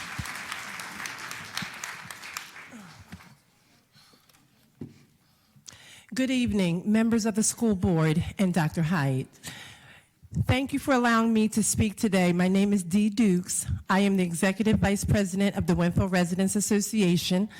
I'm also a charter school substitute teacher, an alum of Mann Elementary School, a parent of a former Mann student, and a grandparent of a current Mastery Mann Elementary student. Mann is in my blood. I have fond memories of Mann then and now. I am here on behalf of the Mann School, my grandchildren, and the community at large. As a demonstration of support, I present you with a letter from the Winfield Residents Association. We represent more than 16,000 residents who live, work, and raise families in Winfield. We believe a healthy community provides access to quality schools, and under the leadership of Mastery Charter Schools, that is exactly what Mann Elementary School does. We support without reservation Mann's charter renewal. In addition to the hundreds of petitions from parents and community members that we turned in last week, I have a letter of support from our councilman, Curtis Jones. Mann has proven to be a great resource in our community. I've lived in this neighborhood for more than 40 years. The school is a staple in the community. In fact, it's an historical landmark, providing quality education to my grandchildren, my neighbors' grandchildren for years, and we want this to happen, to continue to happen for many years to come. Mann is more than just a school for us, it's family. As an example, a few years ago, I walked into the school and asked to meet with the principal. I expected to have to make an appointment and come back later, but none of that happened. I met with the principal right away. This speaks to the dedication and commitment the principal and all the teachers and staff have for all of us. My granddaughter Ziana is doing excellent. She's not in the Honor Society yet, but she is doing well, and I see a steady improvement from her. She's in the 6th grade. I have 2 family members who graduated from Mann, and they are doing exceptionally well at Master Shoemaker campus. All around, it's been a great experience. Prior to Mastery, there was a lot of struggling going on, and we don't need that in our community. Now Mastery Mann Elementary is a real anchor in our community and a critical part of our children's future. Thank you for this opportunity. Please vote yes, and thank you for supporting Mastery Mann campus. Thank you. Before we begin our voting on this month's action items, the board will hold its annual organizational meeting as required by state law. We'll be voting on board officers for 2020. I'd like to ask our board secretary, Dr. Height, to lead this portion of the meeting. Thank you, Board President. Would anyone like to make a motion to nominate anyone for the position of Board President? Yes. Yes. I recommend Joyce Wilkerson. President. It's been moved by Ms. Danzy, Board Member Danzy. Second by Board Member Dr. McGinley. Are there any other nominations? Hearing none. Can I have a motion to close nominations? I'll make a motion to close nominations. Second. It's been moved and second to close nominations at this time. Any discussion? Any comments? No discussion, no comments. I appreciate the leadership and the time that you're able to devote to the school district and to the community, so thank you. Just wanted to add my comment as well. I think that our existing board president is doing a phenomenal job, and we thank you for that. I'd just like to add something since we're giving our words. No, I appreciate your leadership and at the same time kind of leading us, but giving us our own voices, right? And so while we know it was a poor choice of words of saying you directed the board previously, that isn't the case. And I really do feel— Please forget. And I have never felt that way. And I think it's important. I think it's important to recognize that we are independent thinkers, and I appreciate the space to do that. Thank you. So I would now call for the board members to vote to keep its current board president as president. Thank you. Ms. Rao, will you call a roll? Okay. Ms. Lynn. On the motion to keep President Wilkerson as president of the Board of Education, Ms. Danzy? Yes. Thank you. Ms. Ahaya Hinton? Yes. Ms. Fix Lopez? Yes. Mr. Huang? Enthusiastically, yes. And Dr. McColgan? Yes. Dr. McGinley? Yes. Vice President Walker? Yes. And President Wilkerson? Yes. Thank you. Thank you, and congratulations, Board President Wilkerson. Absolutely, absolutely.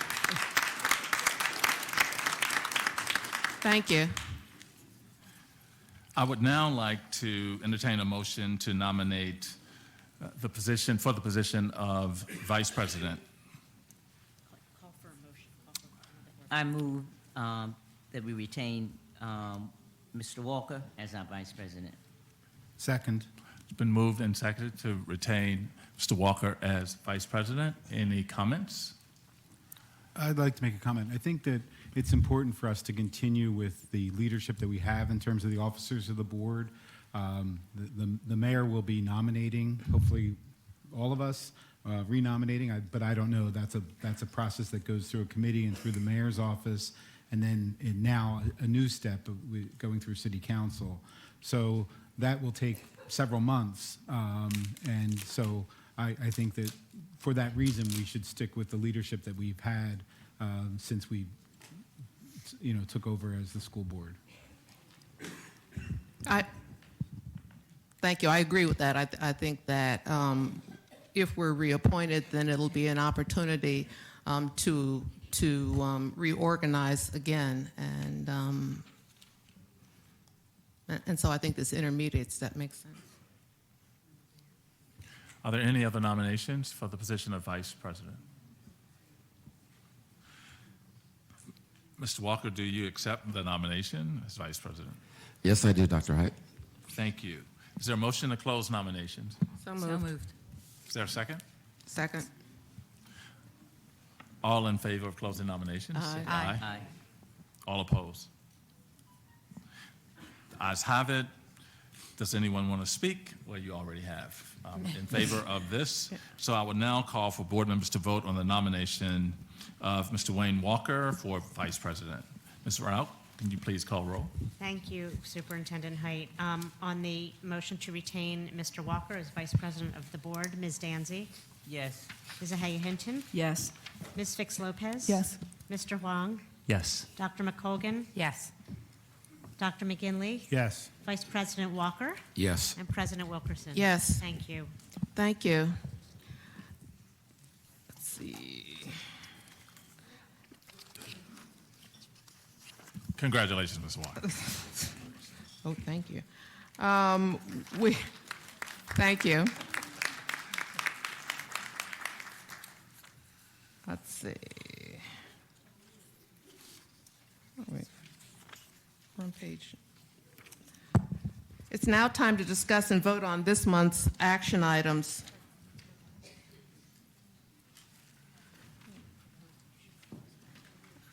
Oh, okay. Let's see. I propose an add-on motion that the board authorize the filing of the signature cards for the elected officers of the board with the depositories of the school district, and further that the board authorize the use of facsimile signatures for the elected president and vice president, and the filing of these signatures where required. Can I have a motion? So moved. Is there a second? Yes. Second. All in favor say aye. Aye. Those opposed, no. The ayes have it. Thank you, board members. Let's see. In August 2018, we adopted Board Policy 004.1, which established 4 committees that have been meeting regularly. These committees are District Partnership and Community Engagement, Finance and Facilities Policy, and Student Achievement and Support. At this time, the board will continue this committee structure, and the committee membership will remain the same. Any changes to our committee membership will be announced at our at the appropriate meeting. The schedule for the meeting dates of board committees are posted on the board's website. Want to thank you, and now it's time to discuss and vote on this month's action items. Before we begin, I want to make clear how I'll be grouping tonight's votes. I'll be pulling out personnel items, that's action items 5, 6, and 7, and the charter items, action items 33, 34, 35, 36, 37, and 38. Action item 1 is a review of proposed board policies, and there'll be no action taken on tonight's meeting. That item will be considered for adoption at the January action meeting. The items that are going to be voted on as a group are the following: action items 2 through 4, 8 through 32, and 39. Before we begin, does anyone want to pull any additional items out from the consent agenda? Seeing none, the board, may I have a motion to vote on action items 2, 3, 4, 8 through 32, and 39? So moved. Is there a second? Second. Second. The board will now vote on action items 2 through 4, 8 through 32, and 39. Ms. Rout, please call the roll. Thank you, Madam President. I'm going to call everybody. I understand there are a few abstentions as to action item number 8 and to action item 28. So please state them when you're voting. Ms. Danzy? Yes.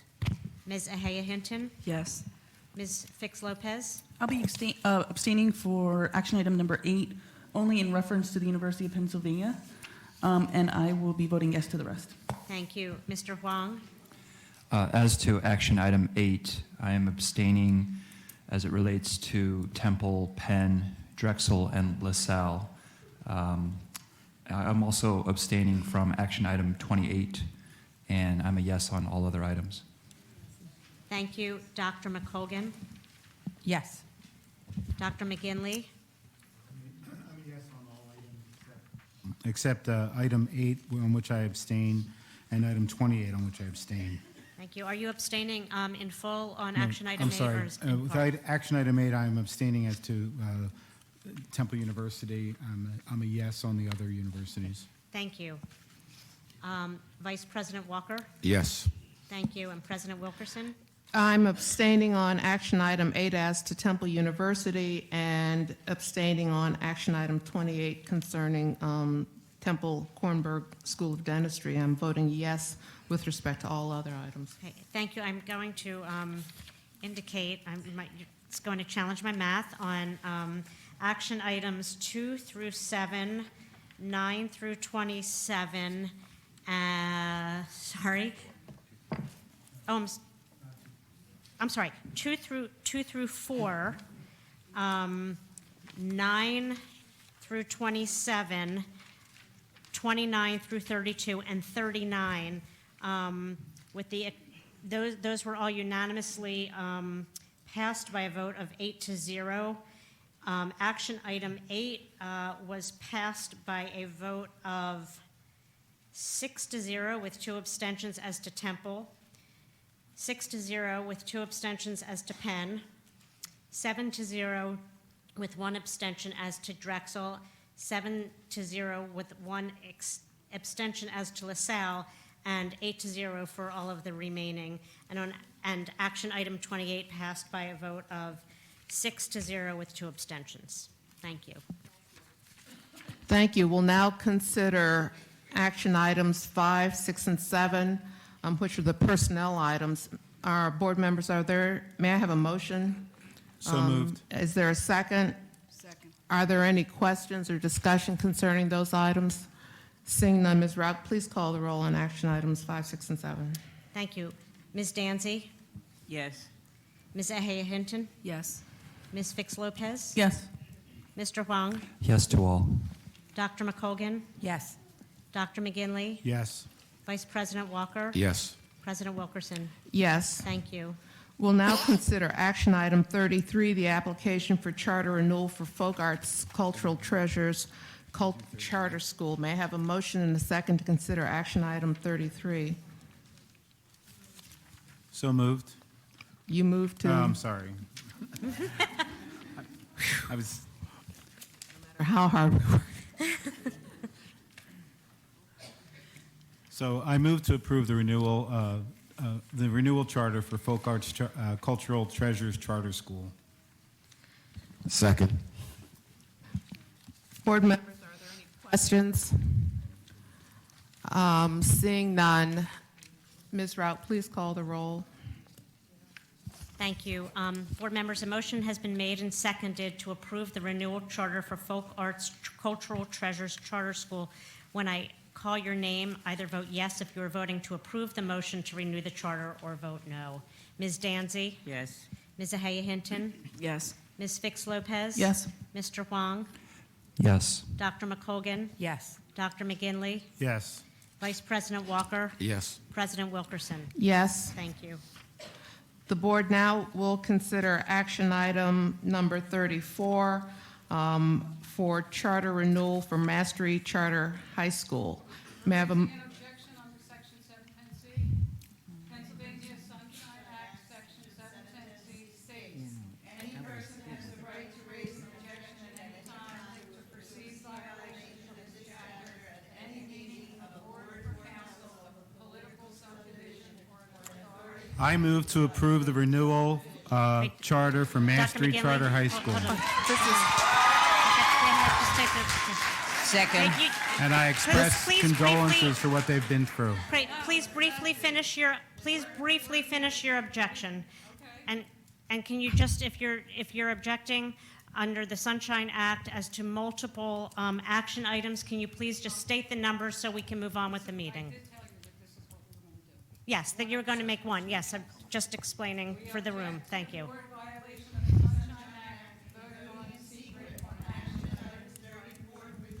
I don't know.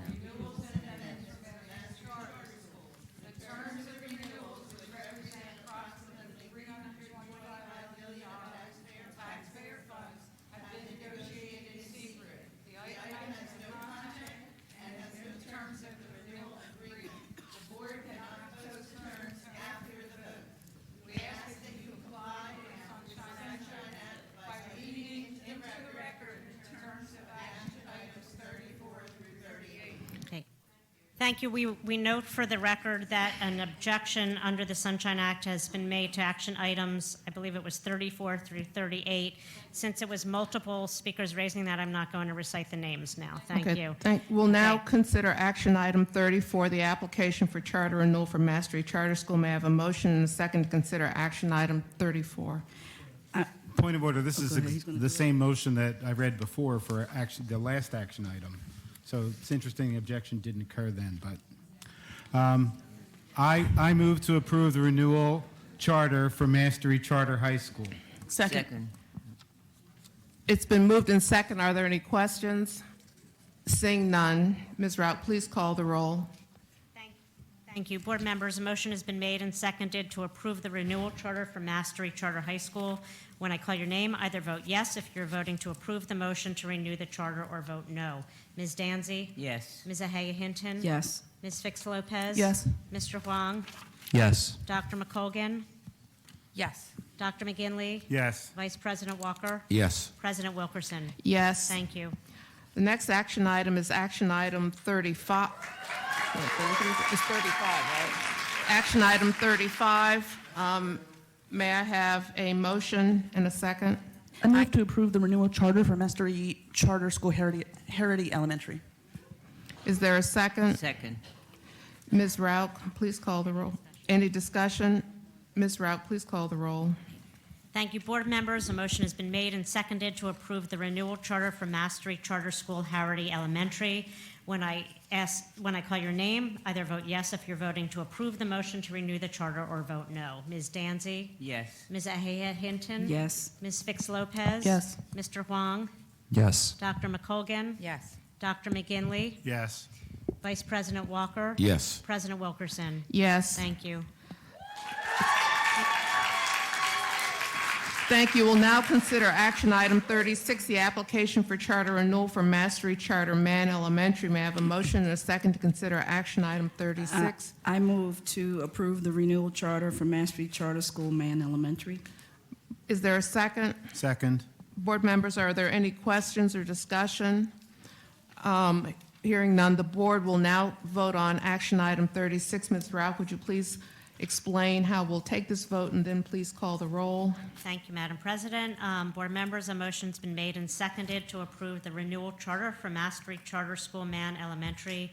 When I call your name, either vote yes if you are voting to approve the motion to renew the charter, or vote no. Ms. Danzy? Yes. Ms. Ahaya Hinton? Yes. Ms. Fix Lopez? Yes. Mr. Huang? Yes. Dr. McColgan? Yes. Dr. McGinley? Yes. Vice President Walker? Yes. President Wilkerson? Yes. We'll now consider action item 37, the application for charter renewal for Mastery Charter School Smedley Elementary. May I have a motion and a second to consider action item 37? I move to approve the renewal charter for Mastery Charter School Smedley Elementary. Is there a second? Second. Board members and student reps, are there any questions or discussion? Seeing none, Ms. Rauch, please call the roll on action item 37. A motion has been made and seconded to approve the renewal charter for Mastery Charter School Smedley Elementary. When I call your name, either vote yes if you're voting to approve the motion to renew the charter, or vote no. Ms. Danzy? Yes. Ms. Ahaya Hinton? Yes. Ms. Fix Lopez? Yes. Mr. Huang? Yes. Dr. McColgan? Yes. Dr. McGinley? Yes. Vice President Walker? Yes. President Wilkerson? Yes. Thank you. We'll now consider action item 38, the application for charter renewal for Mastery Charter Thomas Campus. May I have a motion and a second to consider action item 38? I move to approve the renewal charter for Mastery Charter School Thomas Campus. Is there a second? Second. Board members, are there any questions or discussion? Seeing none, Ms. Rauch, please explain how we'll take this vote, and please call the roll. Certainly, Madam President. Thank you. Board members, a motion has been made and seconded to approve the renewal charter for Mastery Charter School Thomas Campus. When I call your name, either vote yes if you're voting to approve the motion to renew the charter, or vote no. Ms. Danzy? Yes. Ms. Ahaya Hinton? Yes. Ms. Fix Lopez? Yes. Mr. Huang? Yes. Dr. McColgan? Yes. Dr. McGinley? Yes. Vice President Walker? Yes. President Wilkerson? Yes. Thank you.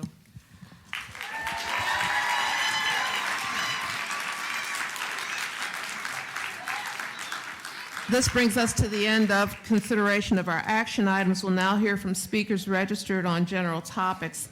As a reminder, we'll be strictly enforcing the 3-minute speaker time limit. There's an electronic time prompt on the table. When the yellow light comes on, you'll have 30 seconds to wrap up your comments. When the red light comes on, your time is up.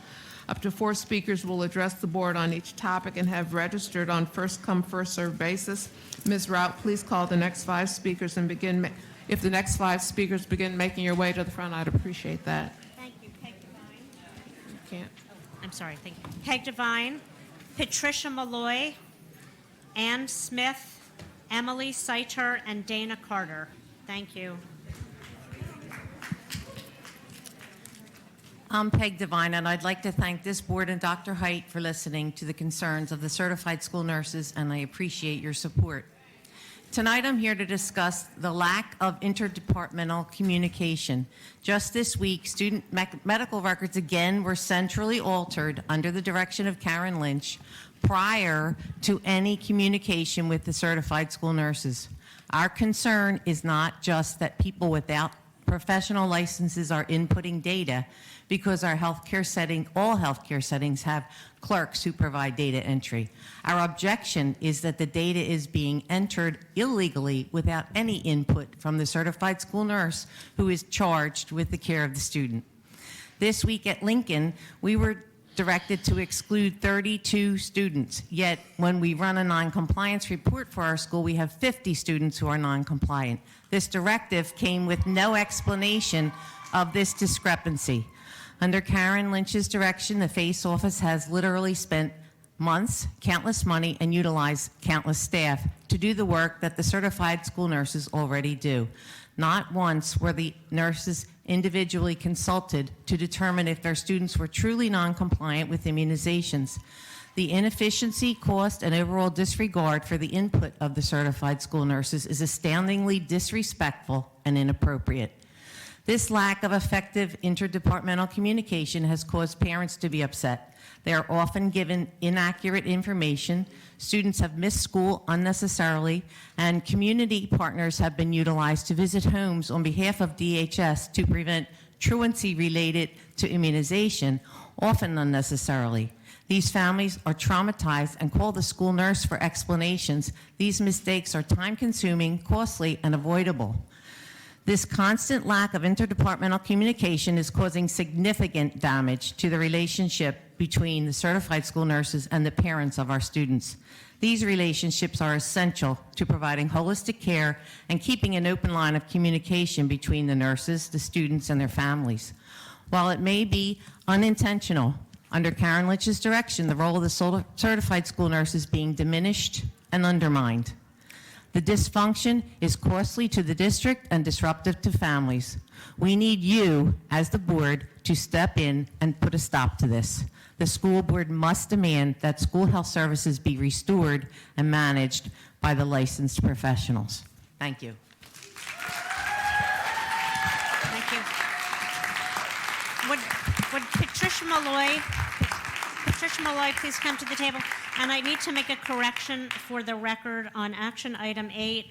I did miscount in announcing one of the votes. Action item 8 as to Temple passed by a vote of 5-0 with 3 abstentions. Thank you. Thank you. You can start. I'm Robin Roberts. I have the time for Patricia Malloy. I stand in solidarity with my nurse colleagues in highlighting the damage that's being done with the lack of a medical physician for the district. We've been without a school district physician since October 4th. The issue is larger than the egregious effects to nursing. The nurse practitioners for our district complete medical practitioner authorization forms for all students receiving OT, PT, audiology, nursing, psychological, and social work and special transportation services. This form allows us to bill for our direct services and our participation in the Medicaid reimbursement program, also known as Access. The nurse practitioners are required to work under a physician's Medicaid number, and currently we are unable to complete the form and we cannot get Medicaid reimbursement. The district's physical therapy, physical occupational therapists, hearing therapists, speech language pathologists, and everyone else are unable to bill for the services that we provide. In the fiscal year 20 budget, the current budget, it is anticipated that the district will receive $9.8 million in the Access Fund grant, which is revenue for the district. In the 2.5 months that we have now been without a physician, we have lost approximately $2.5 million, which is $980 a month, or $54,000 a day. That is revenue that is necessary and is not recoverable. OT, PT, and speech are main drivers for the Medicaid reimbursements, and each year we participate in the Access program to purchase necessary equipment that allows our students to be able to participate in the curriculum. This is our duty to supply this equipment for our children. As a PT, this is frequently the only way that we can replace old or broken equipment. I don't know of any school that has the ability to pay $7,000 for a stander or $4,000 for an appropriate activity chair through their discretionary funds. We are completing the ordering process for Access for the 2017 and 2018 school year. The effects of this current lack of leadership won't be felt for 2 years. Then we will have a significant lack of funds to ensure that students are receiving the special education services that they need to learn. I hope that this board will recognize the person or persons responsible for this self-inflicted disaster and hold them fully accountable. Ann Smith. I'd like, excuse me, Ms. Roberts, I'd like to thank you for raising the issue, and Dr. Hyde, I'd like to have a report back at our next meeting about this whole billing challenge. Yes, we can provide a report. And while I'm at it, Madam President, one of the reasons for the MOU with the city is to make sure that we have a medical doctor's order for our nurses to work under while we are in the process of replacing that position. Thank you. Excuse me, we have a speaker. Good evening, President Wilkerson, board members, Dr. Height, school nurses, and members of the community. I appreciate that our principals have been directed to follow Pennsylvania state law regarding immunization noncompliance and school attendance. Thank you for hearing us on the matter of following Pennsylvania immunization law. Thank you for the stopgap measure of contracting for an interim physician to cover nursing standing orders. I would like to discuss the management of health services at the School District of Philadelphia. Last month, on behalf of the school nurses, I recommended that the school nurse coordinator positions be restored to 4 nurse coordinators, that the director of nursing be empowered to direct nursing care, and that a physician-held position for a medical director be posted. 4 board members recommended as well that health services be overseen by a health or medical professional. Dr. Height, you said that you had a plan for filling Dr. Matherin's position. In light of the facts that, 1, the position for a medical director has not yet been posted, 2, a non-health professional is still overseeing health services, 3, the director of nursing, Irene Kratz, continues to be sidelined, my colleagues and I would like to know what the plan is that you spoke of last month. Specifically, are there still 2 nurse coordinator positions unfilled? Do you plan to offer competitive salaries in order to fill these nurse coordinator positions? Have you considered restoring a 4th nurse coordinator position? Do you plan to hire a physician to fill the position vacated by Dr. Matherin? Do you plan to empower Irene Kratz to direct nursing care? Do you plan to allow these 2 health professionals, Irene Kratz and the new physician, to work collaboratively and report directly to you? In an interview with FACE after she was hired, Dr. Matherin said, "I'm a great proponent of school health. I believe in it. I believe it works to the absolute benefit of our children and families. However, it will not work if our nursing team is not supported and heard." You told us at the last board meeting that you respected the school nurses. We look forward to a demonstration of that respect by answering the aforementioned questions. First, as a preliminary matter, I want to say that under Board Policy 903, personnel matters are not to be discussed at board meetings. I appreciate the issues you bring to the board, but it's not appropriate and will not be allowing people to direct criticism towards specific personnel. I know, Dr. Height, you wanted to speak to the policy issues and the and plans we do plan to replace the positions, yes. Oh, and to terrific. the other questions, I have to get more information on you and get back to you on those. But we do anticipate replacing all of those positions. Yes. Oh, great. I understand that you may not be in a position to answer the questions at the this meeting, but look forward to hearing from you in the near future. Emily Seiter. Is Emily Seiter here? Thank you.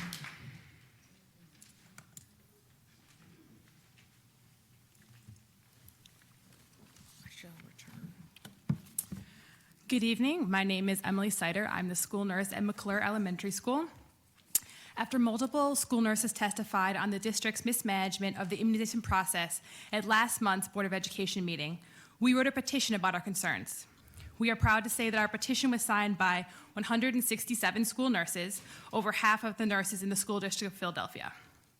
Here's what our petition says. I am a school nurse and I'm concerned about the district's handling of immunization compliance and records. We were not consulted with regard to the plan to increase student immunization compliance. We believe that management of the immunization compliance process should be returned to certified school nurses who work with our students every day, and all future health policies should be made by nursing administrators in coordination with building-level certified school nurses. In addition, many nurses added their own insightful comments to the petition, and I'd like to take this opportunity to read a few of them. A 20-year veteran school nurse shared, "I have had a compliance rate of 100% until the involvement of other departments in the last 2 years. Once again, a problem was manufactured by the intervention of non-medical personnel stopping nurses from using their medical judgment and working directly with families. A 21-year veteran wrote, I refer students needing immunizations to a doctor who can be their medical home and can also help them obtain health insurance. Every school nurse is concerned about the way the district wrongly handled this issue. A new school nurse added, lack of respect for our training, medical knowledge, and disregard for our desire to help our students and their families get fully immunized has been disheartening to experience and has left me wondering if I should return to bedside nursing. And lastly, another nurse wrote, this poor policy decision in the midst of outbreaks of vaccine-preventable diseases puts our students at grave risk. Our concerns over the immunization process are part of a broader trend of not treating school nurses as professionals. We are tasked with safeguarding the health of our students, but we work in school buildings contaminated with asbestos and lead, and where students' asthma is triggered on a daily basis by rodents and mold. We don't even have a nursing procedure manual to back up the many potentially life or death decisions that we make on a daily basis.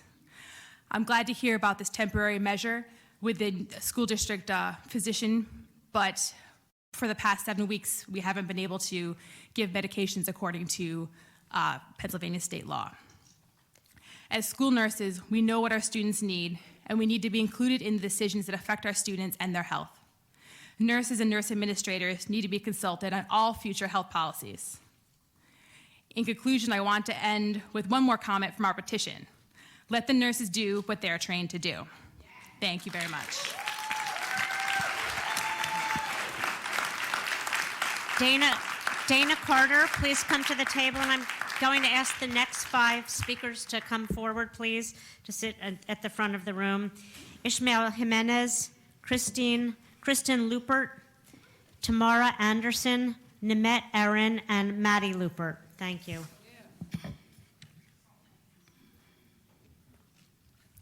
Good afternoon. Good evening. My name is Dana Carter, and I am a member of the Melanated Educators Collective. Thank you for taking the opportunity to letting us speak to you today about Black Lives Matter Week at schools and the Community Coalition for Black Educators. I stared at the computer screen for about 3 hours before I was able to find the strength to write this testimony.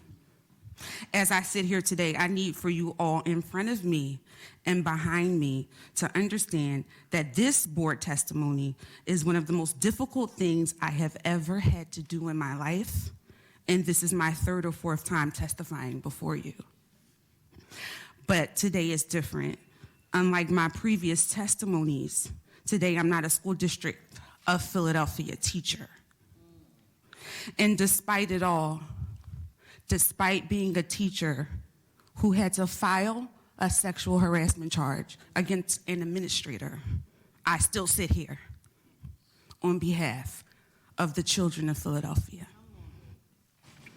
At this time, I will not take the board through the specifics of my situation, but what I will say is that my experience with the School District of Philadelphia as an educator and advocate is reason enough for you to approve the Community Coalition for Black Educators. This group would support the school board in hiring and retaining Black educators and would consist of community members, educators, paraprofessionals, and students. We hear the words recruitment and retention, but what are you actively doing to retain teachers? I was a teacher. What did you do? When I went to elementary school, children like to predict who their teachers would be in 3 or 4 years. Those predictions were a yearly occurrence because the teachers didn't leave.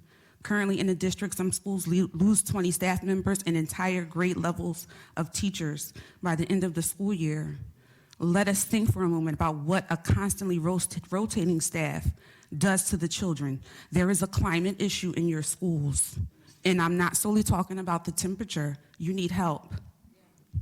Support our current teachers so we don't need aggressive recruitment campaigns to hire new ones. The major issues in this district stem from the fact that you are currently failing your teachers and students and favoring your administrators. I have assisted the Office of Talent in creating a relationship with the Education Department of Delaware State University. But before I feel comfortable having any graduate from my alma mater into your schools, I need to make sure that there are supports in place for them and all teachers. please approve the Coalition for Black Educators.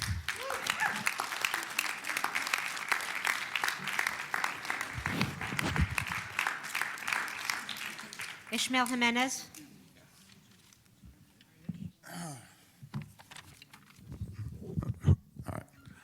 Good evening. My name is Ishmael Jimenez. I'm an African-American history teacher at Kensington Kappa, also a school district parent. I have 2 children. One child goes to Slams Middle School, and I have another child that goes to Amy Northwest. So this issue speaks to me very distinctly because of what my students, my own children have been through the district. For the last 3 years, teachers involved in the Racial Justice Committee of the Caucus of Working Educators and the Melanated Educators Collective have been actively working to bring awareness for the need to increase and retain Black educators within the school district of Philadelphia, for an increase in the number of counselors and a decrease in the number of police in our schools, an explicit application of anti-racist training for all educators who interact with our children in schools. These efforts grew out of Black Lives Matter Week of Action, a nationally recognized event that brings educators, students, and families together to provide culturally relevant lessons and events while working on long-term goals to make school environments where all students are safe and can be successful. In 2020, during the first week of February, our work continues, and we want the school board to formally join us. We would like information about the week sent to teachers through the Teacher Information Board and a link to events to be posted to the rotating banner on the website. Last year, over 600 people attended events or led lessons throughout the week, and City Council endorsed the week with an official resolution of support. We want the board to have the same opportunity to uplift the work that will provide the framework to produce more authentic conversations between educators, students, and the larger communities in which we work. As we continue to see this work through the next phase, we are excited about the upcoming opportunities.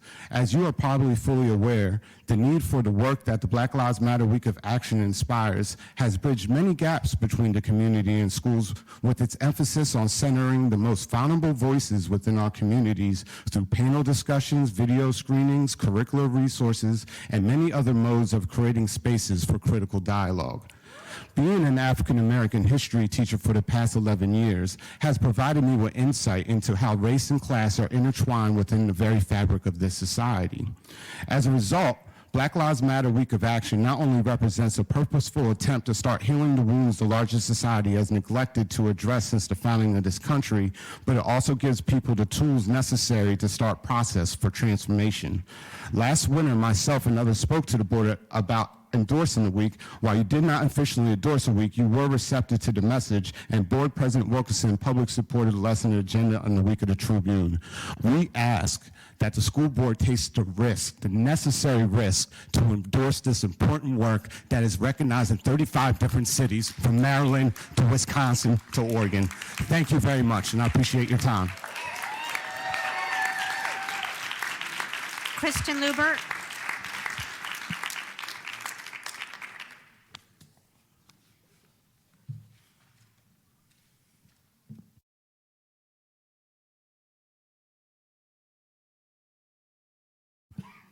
All right, there we go.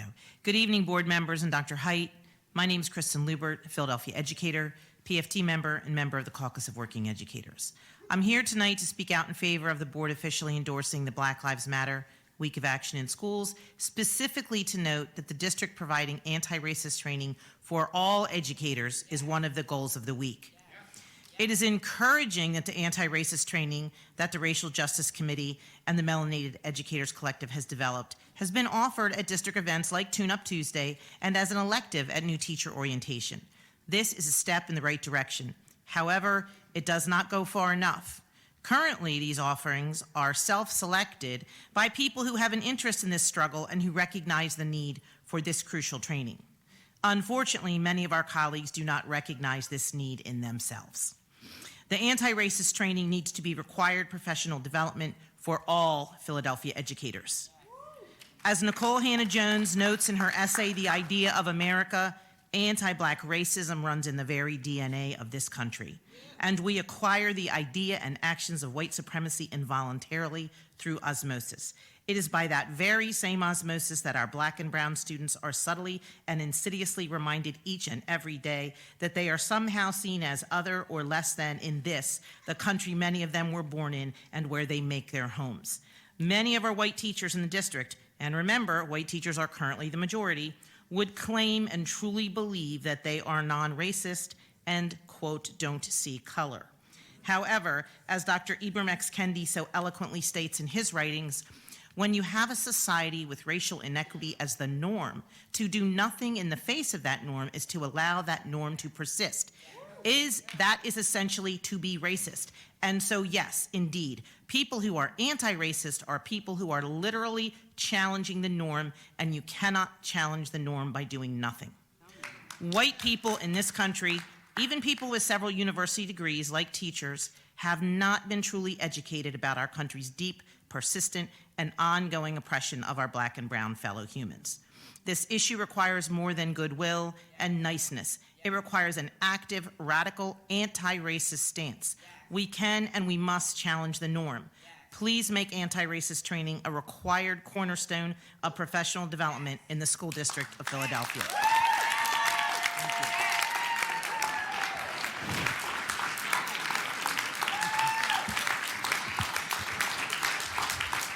Ms. Lubert, thank you for your comments. I absolutely support anti-racist training, and we will take a look at how we can make that mandatory for all staff members. So I appreciate your comments. Thank you. Can we get a meeting about it on the book? About taking a look at it and talking about it? I can get staff to meet with you about it? Yes, yes. Thank you. Tamara Anderson. Hello, hello. So, I know. I love it. So, I would like to say thank you to President Wilkerson, Dr. Height, and esteemed members of the Board of Education. So my name is Tamara Anderson, and I've been up here before. So I can list off things. So I represent the Racial Justice Committee of the Caucus, also Melanated Educators Collective, the Anti-Racist Training, and the Black Lives Matter Week of Action. But here, I want to thank you for allowing me to speak on some important suggestions regarding community and parental partnership when it comes to the implementation of the new programs that have been created to encourage the hiring and retention of Black educators. The collection and sharing of racial data are greatly appreciated. And as of October 31st, there's been a slight uptick in the number of Black educators from June 2019.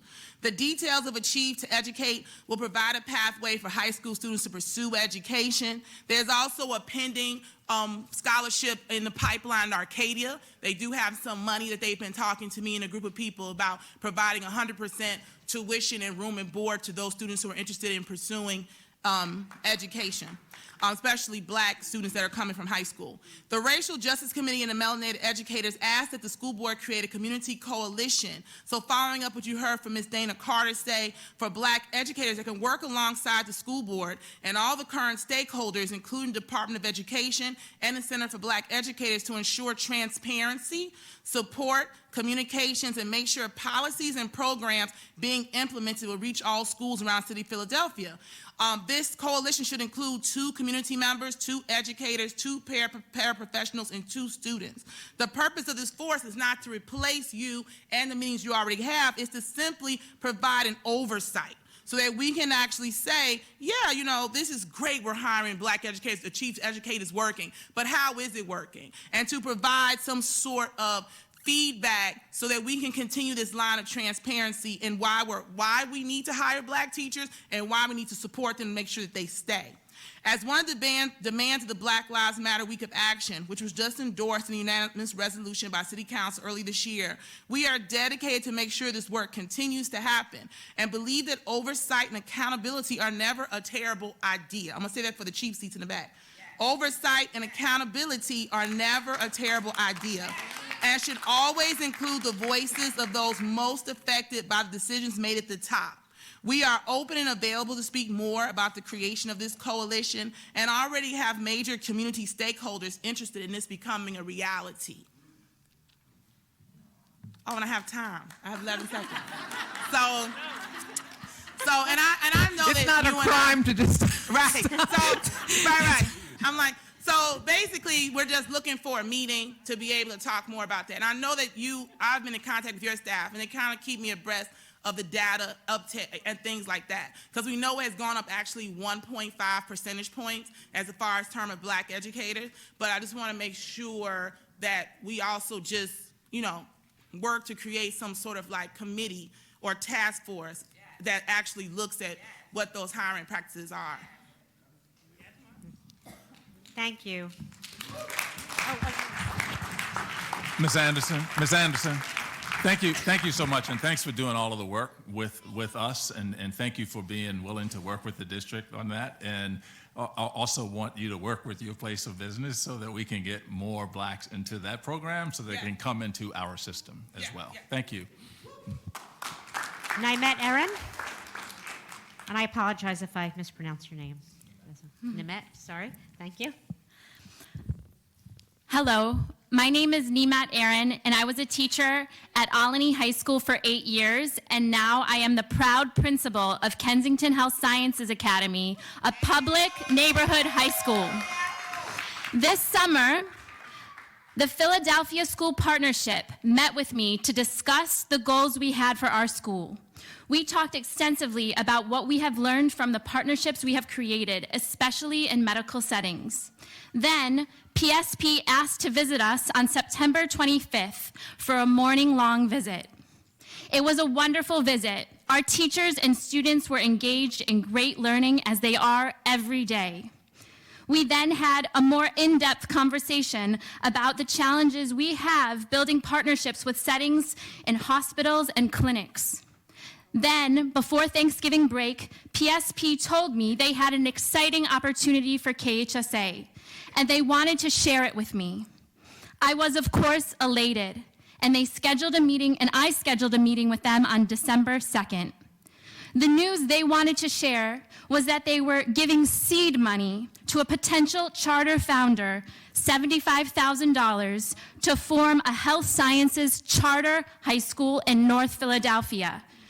I was incredibly confused how this was an exciting opportunity for KHSA, when in reality, it just feels like competition for my school. Yes, competition for my school. I'm sorry, I'm a little bit nervous. I asked, especially because charters can have special rules and special admissions policies, and we cannot. I asked PSP how this charter school would be helpful to KHSA, and they said I could, quote, learn from their non-existent charter model. In response, I said we are trying to build a model for our neighborhood students, and we need their support. They then explained what I believe is the real answer as to why they are not investing in us. Because a KHSA is a neighborhood school, not a charter school, we cannot have special admissions criteria for their dream school. I have spoken to many educational leaders in the last week, and they have agreed that the foundation of a health sciences charter school is not helpful to not only our school, but the many district neighborhood high schools that also have health sciences programs, such as Martin Luther King, Overbrook, South Philly High, Edison, and Sayre.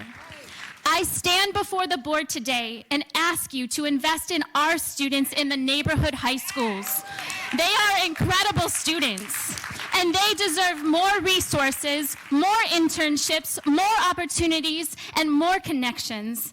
I am just a third-year principal, and we have tried very hard to cultivate opportunities for my students over the last 2.5 years.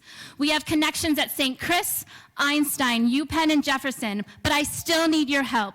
Please invest in our students. Don't create competition for us. Partner with us. Invest in neighborhood high schools.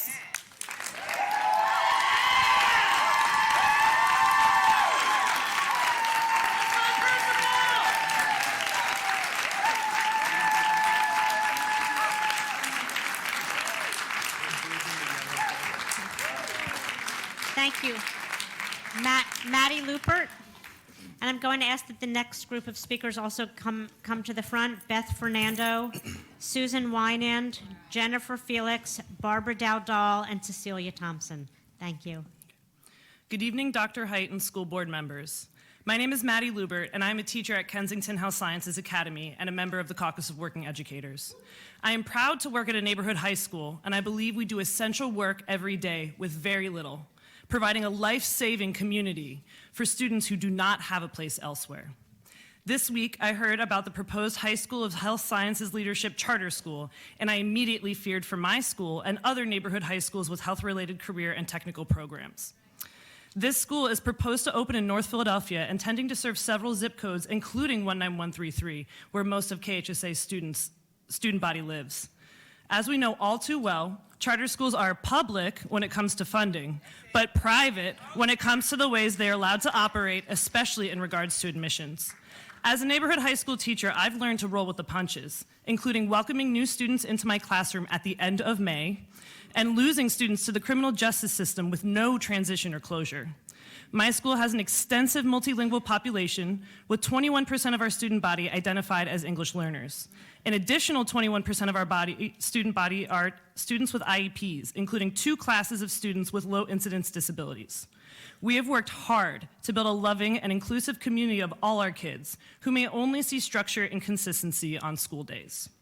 We have students who work nearly full-time, students who are parents, students who are undocumented immigrants, students who have incarcerated family, students who have been incarcerated and wear an ankle monitor, students with unstable housing, students who spend most days hungry, students who don't have a clean uniform to wear to school. We have students who are award-winning at the state and national level in the healthcare field and hold prestigious internships. Every day, we welcome these students and educate them with love, meeting them where they are and doing our best to provide a quality school experience. Charter schools funnel public money away from traditional schools and then play games with enrollment that systematically exclude students like mine. Those end-of-year transfers we welcome often come from charter schools. They control what kind of families even have access to their lotteries, and as soon as students stop conforming to their unreasonable academic, behavioral, or attendance standards, they are removed from the school or counseled out. No excuses. These are my students who do not fit anywhere else and deserve the best resources we have to offer. I am concerned that by opening a health sciences-focused charter in North Philly, we'll be undermining all the good work done by traditional schools with healthcare CTE. This school will be in direct competition with us, especially considering health-related community partnerships and funding opportunities. Ostensibly, charters provide choice to our students and parents. However, our students already have this choice available to them. High-quality CTE programs preparing them for the health field and a school community that will welcome them no matter what, not cast them aside before they become inconvenient. Before you approve a new health sciences-focused charter school, please consider how we can do right by our kids and strengthen our existing healthcare programs in traditional schools. Thank you. I hope to see the board members on December 20th. Beth Fernando. Is Beth Fernando here? Susan Wynand. Distinguished members, my name is Susan Wienand. I teach dental assisting at Kensington Health Sciences Academy. I was upset to hear of the potential opening of a health sciences charter school in North Philadelphia. Career and tech education is a viable option for many students who wish to learn career-oriented skills. It prepares students for both college and career success. I've been teaching CTE since 2012 and with the school district since February 2019. I fully believe in the benefits of learning a skill or trade in high school and have seen firsthand successes of past graduates. I currently have several students who never thought of a career in dentistry. Now since they have been exposed to dentistry through CTE program, they are pursuing advanced education in the field as either an expanded functions dental assistant, dental hygienist, or dentist. These students, my students, will go on to be successful regardless of whether or not they are working in the dental field because of the foundational training they've received in their neighborhood school. Through CTE programs, they are provided an opportunity for a viable career right out of high school that allows them to make a good living and either pursue personal or additional academic goals, such as attending college for a bachelor's degree in the healthcare field, or maybe even in a completely different field. The bottom line is the foundational skills they have learned as part of a CTE program of study will help them by not only increasing their earning power, but by showing them additional pathways to success. If a health sciences charter school opens, we are also afraid that KHSA and other district schools that host these health-related programs will lose students. The new health sciences charter that is being proposed will draw students from our catchment area. If we don't have students interested in our programs, we will lose funding for them and, in essence, throw obstacles on the path for students who wouldn't be able to gain admission to a selective school, such as a charter. And in addition, a new charter trying to duplicate our school's mission will expand the teacher shortage that already exists amongst health-related programs. Resources are already very thin, and pulling them away from our students who very much need and deserve them is irresponsible. Having just gone through a comprehensive review by the state to prove the worth of the program and to receive Perkins funding to purchase equipment and supplies that are needed to teach program and study, it hurts that a similar program may open. This means that my program at KHSA will be forced to compete with a charter that works completely under a different set of rules than I do and could potentially exclude students who wish to attend. We already have difficulty finding work-based and educational opportunities for our students. We have worked hard for many years to establish partnerships with St. Christopher's Hospital, Jefferson University, University of Pennsylvania, Penn State, and Temple University. These partnerships provide our students with internships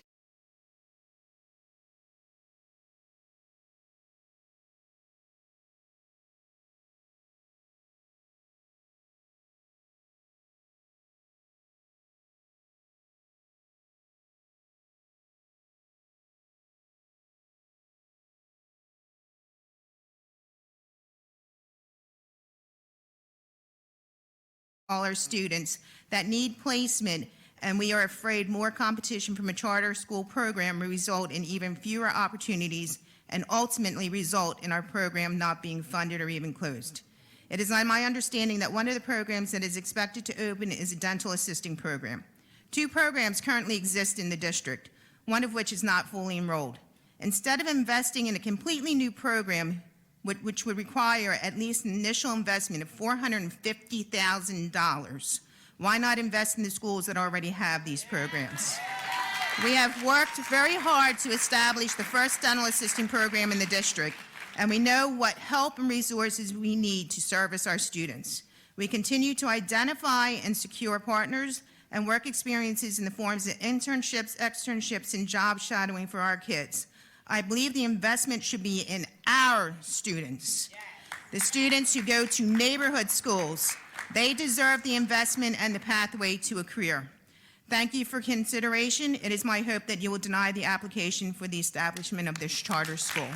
Thank you. I'd like to make sure that we get the testimony. As we stated earlier, there's a process that will be starting on the 20th. And we want to incorporate as much testimony to enlighten the board's decision on this issue. And so for the people who've been testifying about the proposed charter school, I'd appreciate it if you make sure that we get your testimony so we can incorporate it into the record. Thank you. Thank you. Jennifer Felix? Thank you. Mi nombre es Jennifer Felix y vivo en Kensington. Trabajo en Kensington Health Sciences Academy y mi hija se graduó de Kensington Health Sciences Academy el año pasado. My name is Jennifer Felix. I live in Kensington and my daughter graduated from Kensington Health Sciences Academy last year. Estoy pidiendo que nieguen el charter de la propuesta Escuela de Health Sciences Leadership. Kensington Health Sciences Academy ya sirve a la comunidad de Kensington, una comunidad multilingüe, incluso a estudiantes inmigrantes con poco uso del inglés. Ya tienen la oportunidad de participar en programas de futuras carreras mientras desarrollan sus capacidades de inglés y de español. Nuestros estudiantes ya tienen lo que necesitan y en su propio barrio. I'm against the proposed Health Sciences Leadership Charter School. Kensington Health Sciences Academy serves Kensington, a multilingual community, including students and their families who don't speak English. They already have opportunities at KHSA to train for future careers while developing their skills in English and in Spanish. Our children have what they need in their own neighborhood. Las escuelas charter de esta ciudad ya quitan los fondos de las escuelas públicas que necesitan mientras seleccionan a sus estudiantes bajo la ilusión de que las familias tengan más opciones. Charter schools in the city already take funding away that public neighborhood schools need desperately, while they choose their students under the illusion of families having more school options. La realidad es que las escuelas que deciden y echan a los que sobren, los más necesitados, a las escuelas con menos recursos como Kensington Health Sciences Academy. Ahora le quieren quitar más estudiantes, más fondos, más programas, más experiencias fuera de Kensington, dejándonos sin nada. Más para ellos y menos para Kensington. Como siempre, generación tras generación. The reality is that the schools sort and select who they want and send the students with the highest needs to underfunded neighborhood schools like Kensington Health Sciences Academy. Now they want to take more students, more funds, more programs, more internship experiences out of Kensington and leave us with nothing. More for them, less for the students and families of Kensington, as always, generation after generation. Van a rompernos las rodillas otra vez para después decirnos que caminemos. Apoyan a las escuelas con esos recursos en vez de dirigirlos a una empresa que no va a servir a todos los estudiantes de Kensington. Are you going to break the legs of families in Kensington again and then tell us to walk? Support KHSA with those resources instead of directing them to a business that won't serve the entire community. Thank you.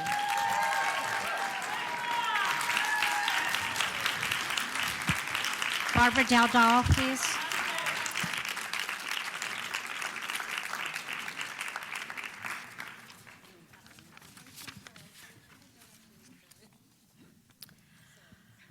Remembering this evening the air of excitement in our schools and communities when this local Board of Education took command, July 1st of 2018. As parents, students, working and retired school staff, and voters all had hope for rededication to our public schools, where the best of the old system, universal music instruction and participation, districts based on neighborhood, libraries with librarians, in-house teachers providing professional development for peers, proper proportions of nurses and counselors, attention to physical conditions in all buildings without newspaper investigations. However, as my eagle-eyed librarian mother asked on certain occasions when I was celebrating with hope the glitter of my latest reform efforts at home or in school, is this a distinction without a difference?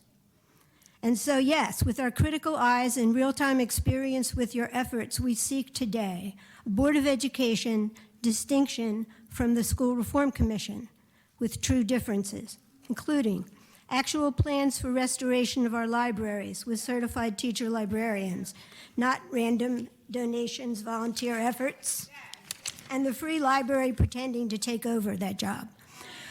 Moving away from not increasing administrative embrace of billionaire Eli Broads, Bill Gates, Mastery Kip Charter philosophy-based instruction, or the Philadelphia School Partnerships maneuverings in our district.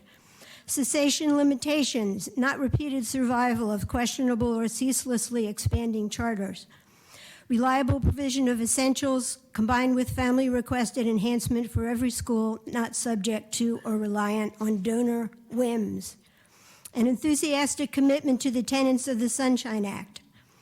Re-embrace of services provided by school district staff rather than proliferation of dollars to myriad outside operators. More frequent questioning of and directions to the superintendent and staff. Clearer setting of policies by you and a demand that the staff should be carried out, they should be carried out effectively. Open, above-board, transparent, observable, and amenable to community input planning for our district, and thus the city's future. Distinctions with differences that my mother, parent of 4 Philadelphia public school graduates, would approve of were she here today. And she named her son, Arthur, gave him the middle name Randolph to honor A. Philip Randolph, my father's Socialist Party colleague, and Randolph School with a health program that would be hurt by this charter is in a building that was an asbestos factory. And they have no gymnasium and no auditorium and no library.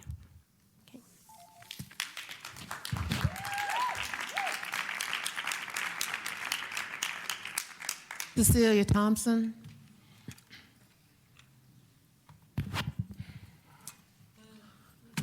Good evening, everyone.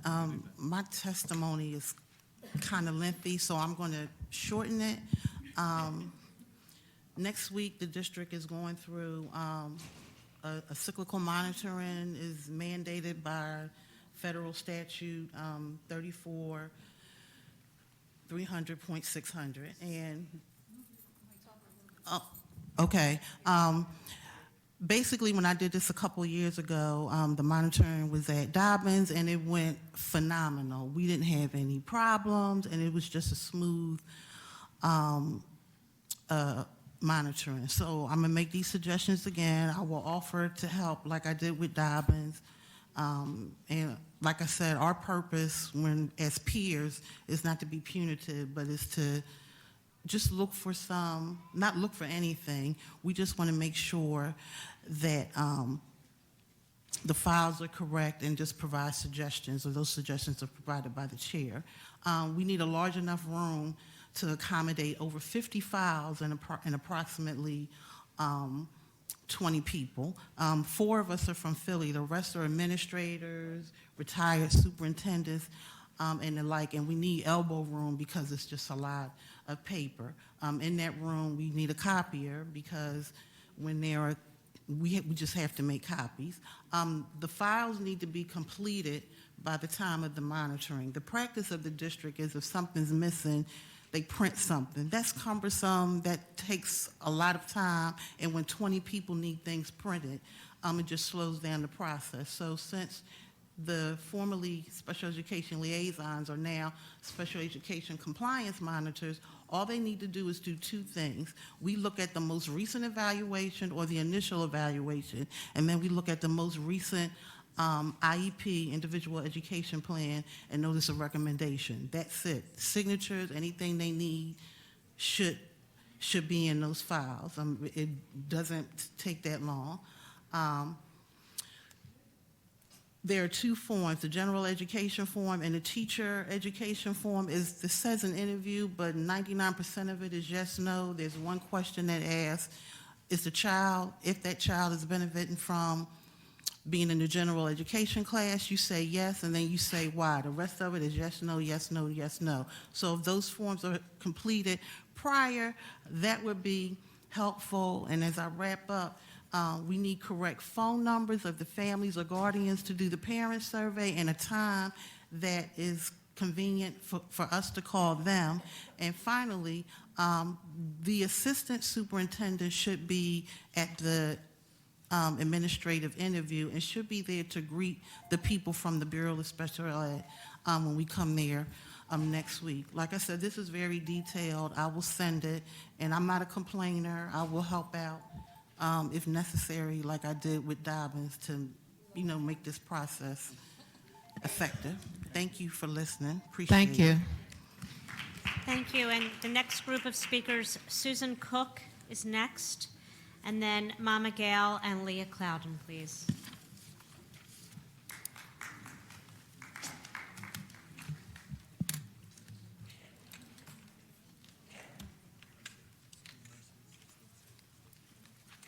Yes.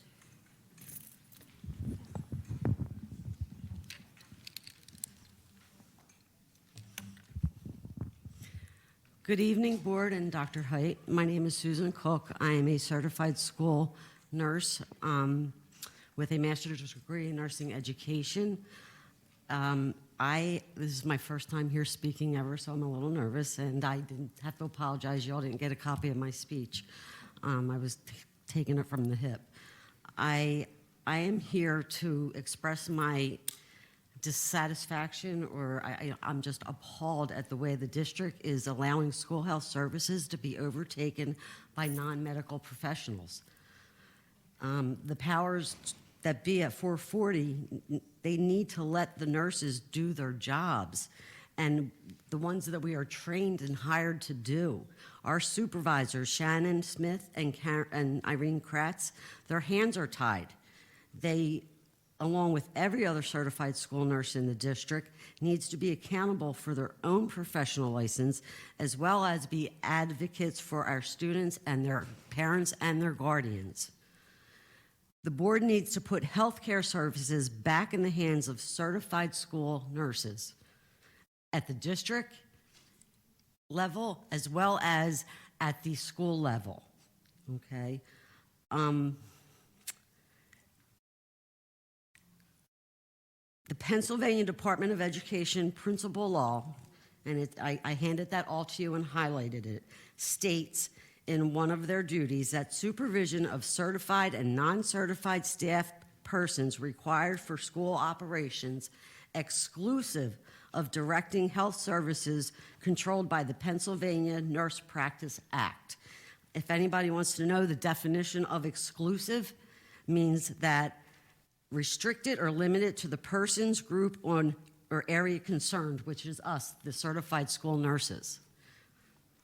I challenge any one of you on this board in 440 or any of the principals in our district to state the Pennsylvania Nurse Practice Act, let alone the nursing process in which the Pennsylvania certified school nurses use by law, along with evidence-based practice, to take care of our students and do what we need to do.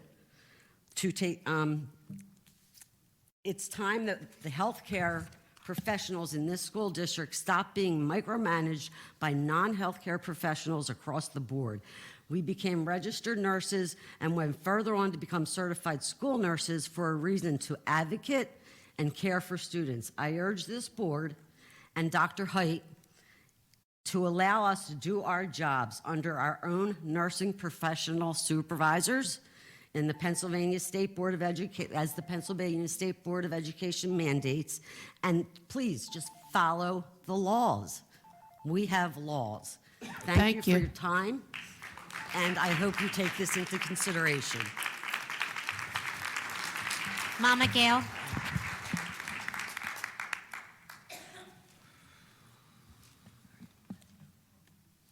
Before you start my time, my husband said to say happy holidays to everybody. And I want to say thank you to the mics that helped me, the painters. It's 3 of them, 3 mics on the team. Thank you, Dr. Sean and others that helped me. Now, I'll sit and talk. Dr. Height, we're still not back. All the work has stopped. Blessings, everybody. At this end of the year, hearing everything people have said all year, hearing what was testified tonight, it just keeps bringing back memories of the hurt and the pain and the suffering our children have experienced, who are now not children, but grandparents now. When you talk about racism, and I talk about it, special ed children, I have an issue really about our special ed children. Why are children being put on buses and taken across town to have the same results they'd have in their own neighborhood in special ed programs? Why are children being bused across town and they're not able to get the extra help they need because they can't have after-school tutoring or whatever? They have to be on the bus and out. From all the testimonies, I think back to years ago when Leah was at Ben Franklin, and there was a woman there, I won't say her name, bless her if she's still alive, bless her if she's not, who stopped me in the hall one day. She said, I was in the Holocaust, and I'm not giving these children anything. She said to me, they get everything. They get free transportation, they get free food, they get everything, and I'm not giving them anything. When I investigated her, I found out that she had been failing our children for 30 years. When I hear all the testimonies that I hear, it takes me back years and years ago, over 30 years, and then it takes me to the present. We have got some serious issues. One of the past issues was a young person that was living in my grandmother's house who was targeted because he was in third grade going to fourth grade. The third grade teacher told his fourth grade teacher, because she knew it was 3 boys, they're coming and they're trouble. Okay, warning her, these beautiful little boys that had no issues other than she wasn't a good teacher for them. And she has some issues of her own. Well, one became a air traffic controller, the one that I'm talking about, Billy, became an air traffic controller and then went on to repair airplanes for the military. I have so many stories of what's happened to our children. And to hear what everybody's saying, I'm saying follow through, Dr. Height. Karen Lynch, follow through. People, you send people outside, you say, go talk to them, y'all don't follow through. People don't get call backs. They don't get answer to their issues. They don't get their issues resolved, and the children end up right where they were. A few months back, I brought people here. The issues still have not been resolved. One of the issues is testing a child that's very, very smart. Why can't he be tested? People want to say, put him in this program. He has behavior problems. Yeah, he's going to have behavior problems because he's bored. He's smart and he's bored. We can't keep holding children back who should be moved forward because of whatever our isms are. I'm going to say blessings to everybody. God knows I had a whole lot more to say. To hear everything that everybody's saying here, the pain is real. And we can't keep making excuses. Poverty is not a reason why not to teach children. Poverty is not a reason for children to learn, because these children are quite bright, even if their parents don't have a lot of money. So let's not put these titles out, or these whatever you want to call them, put them out when it's attached to money when you write a proposal, because a lot of times how you say it gives you more money when you write a proposal. Stop labeling these children and hindering their development and their growth. Thank you. Leah Clouden.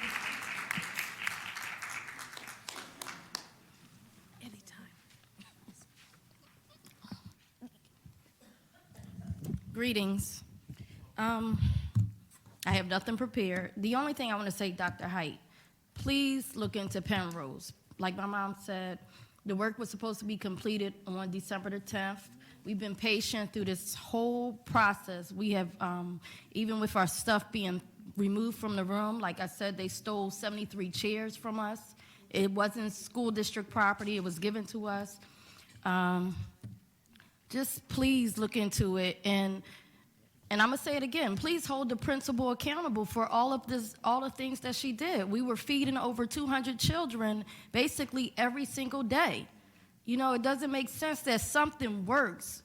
It wasn't even just about the food, it was just the fact that they had support there. They had somebody that can bear witness to the things that they were doing to those children.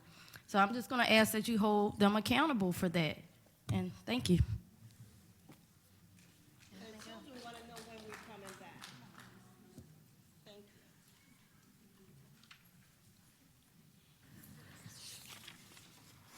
On behalf of the board, I'd like to invite you to next month's committee meetings. The policy committee will be held on January 16th at 1 p.m. Finance and Facilities meeting will be on January 16th at 3, and our Student Achievement and Support Committee will be on the 16th at 5. All 3 meetings will take place in the board committee room downstairs, Suite 101. You can visit our website for the full calendar. Our next action meeting will take place on Thursday, January 30th at 5. And remind you that we have a hearing on the proposed charter health science school and string theories June Brown School. That'll take place on December 20th downstairs in the committee room. Want to thank, it's now time to adjourn. I move to adjourn the meeting, the Board of Education. Do I have a second? Second. All in favor, say aye. Thank you on behalf of the board, and wish you all a safe and happy and healthy holiday season. We'll see you on December 20th.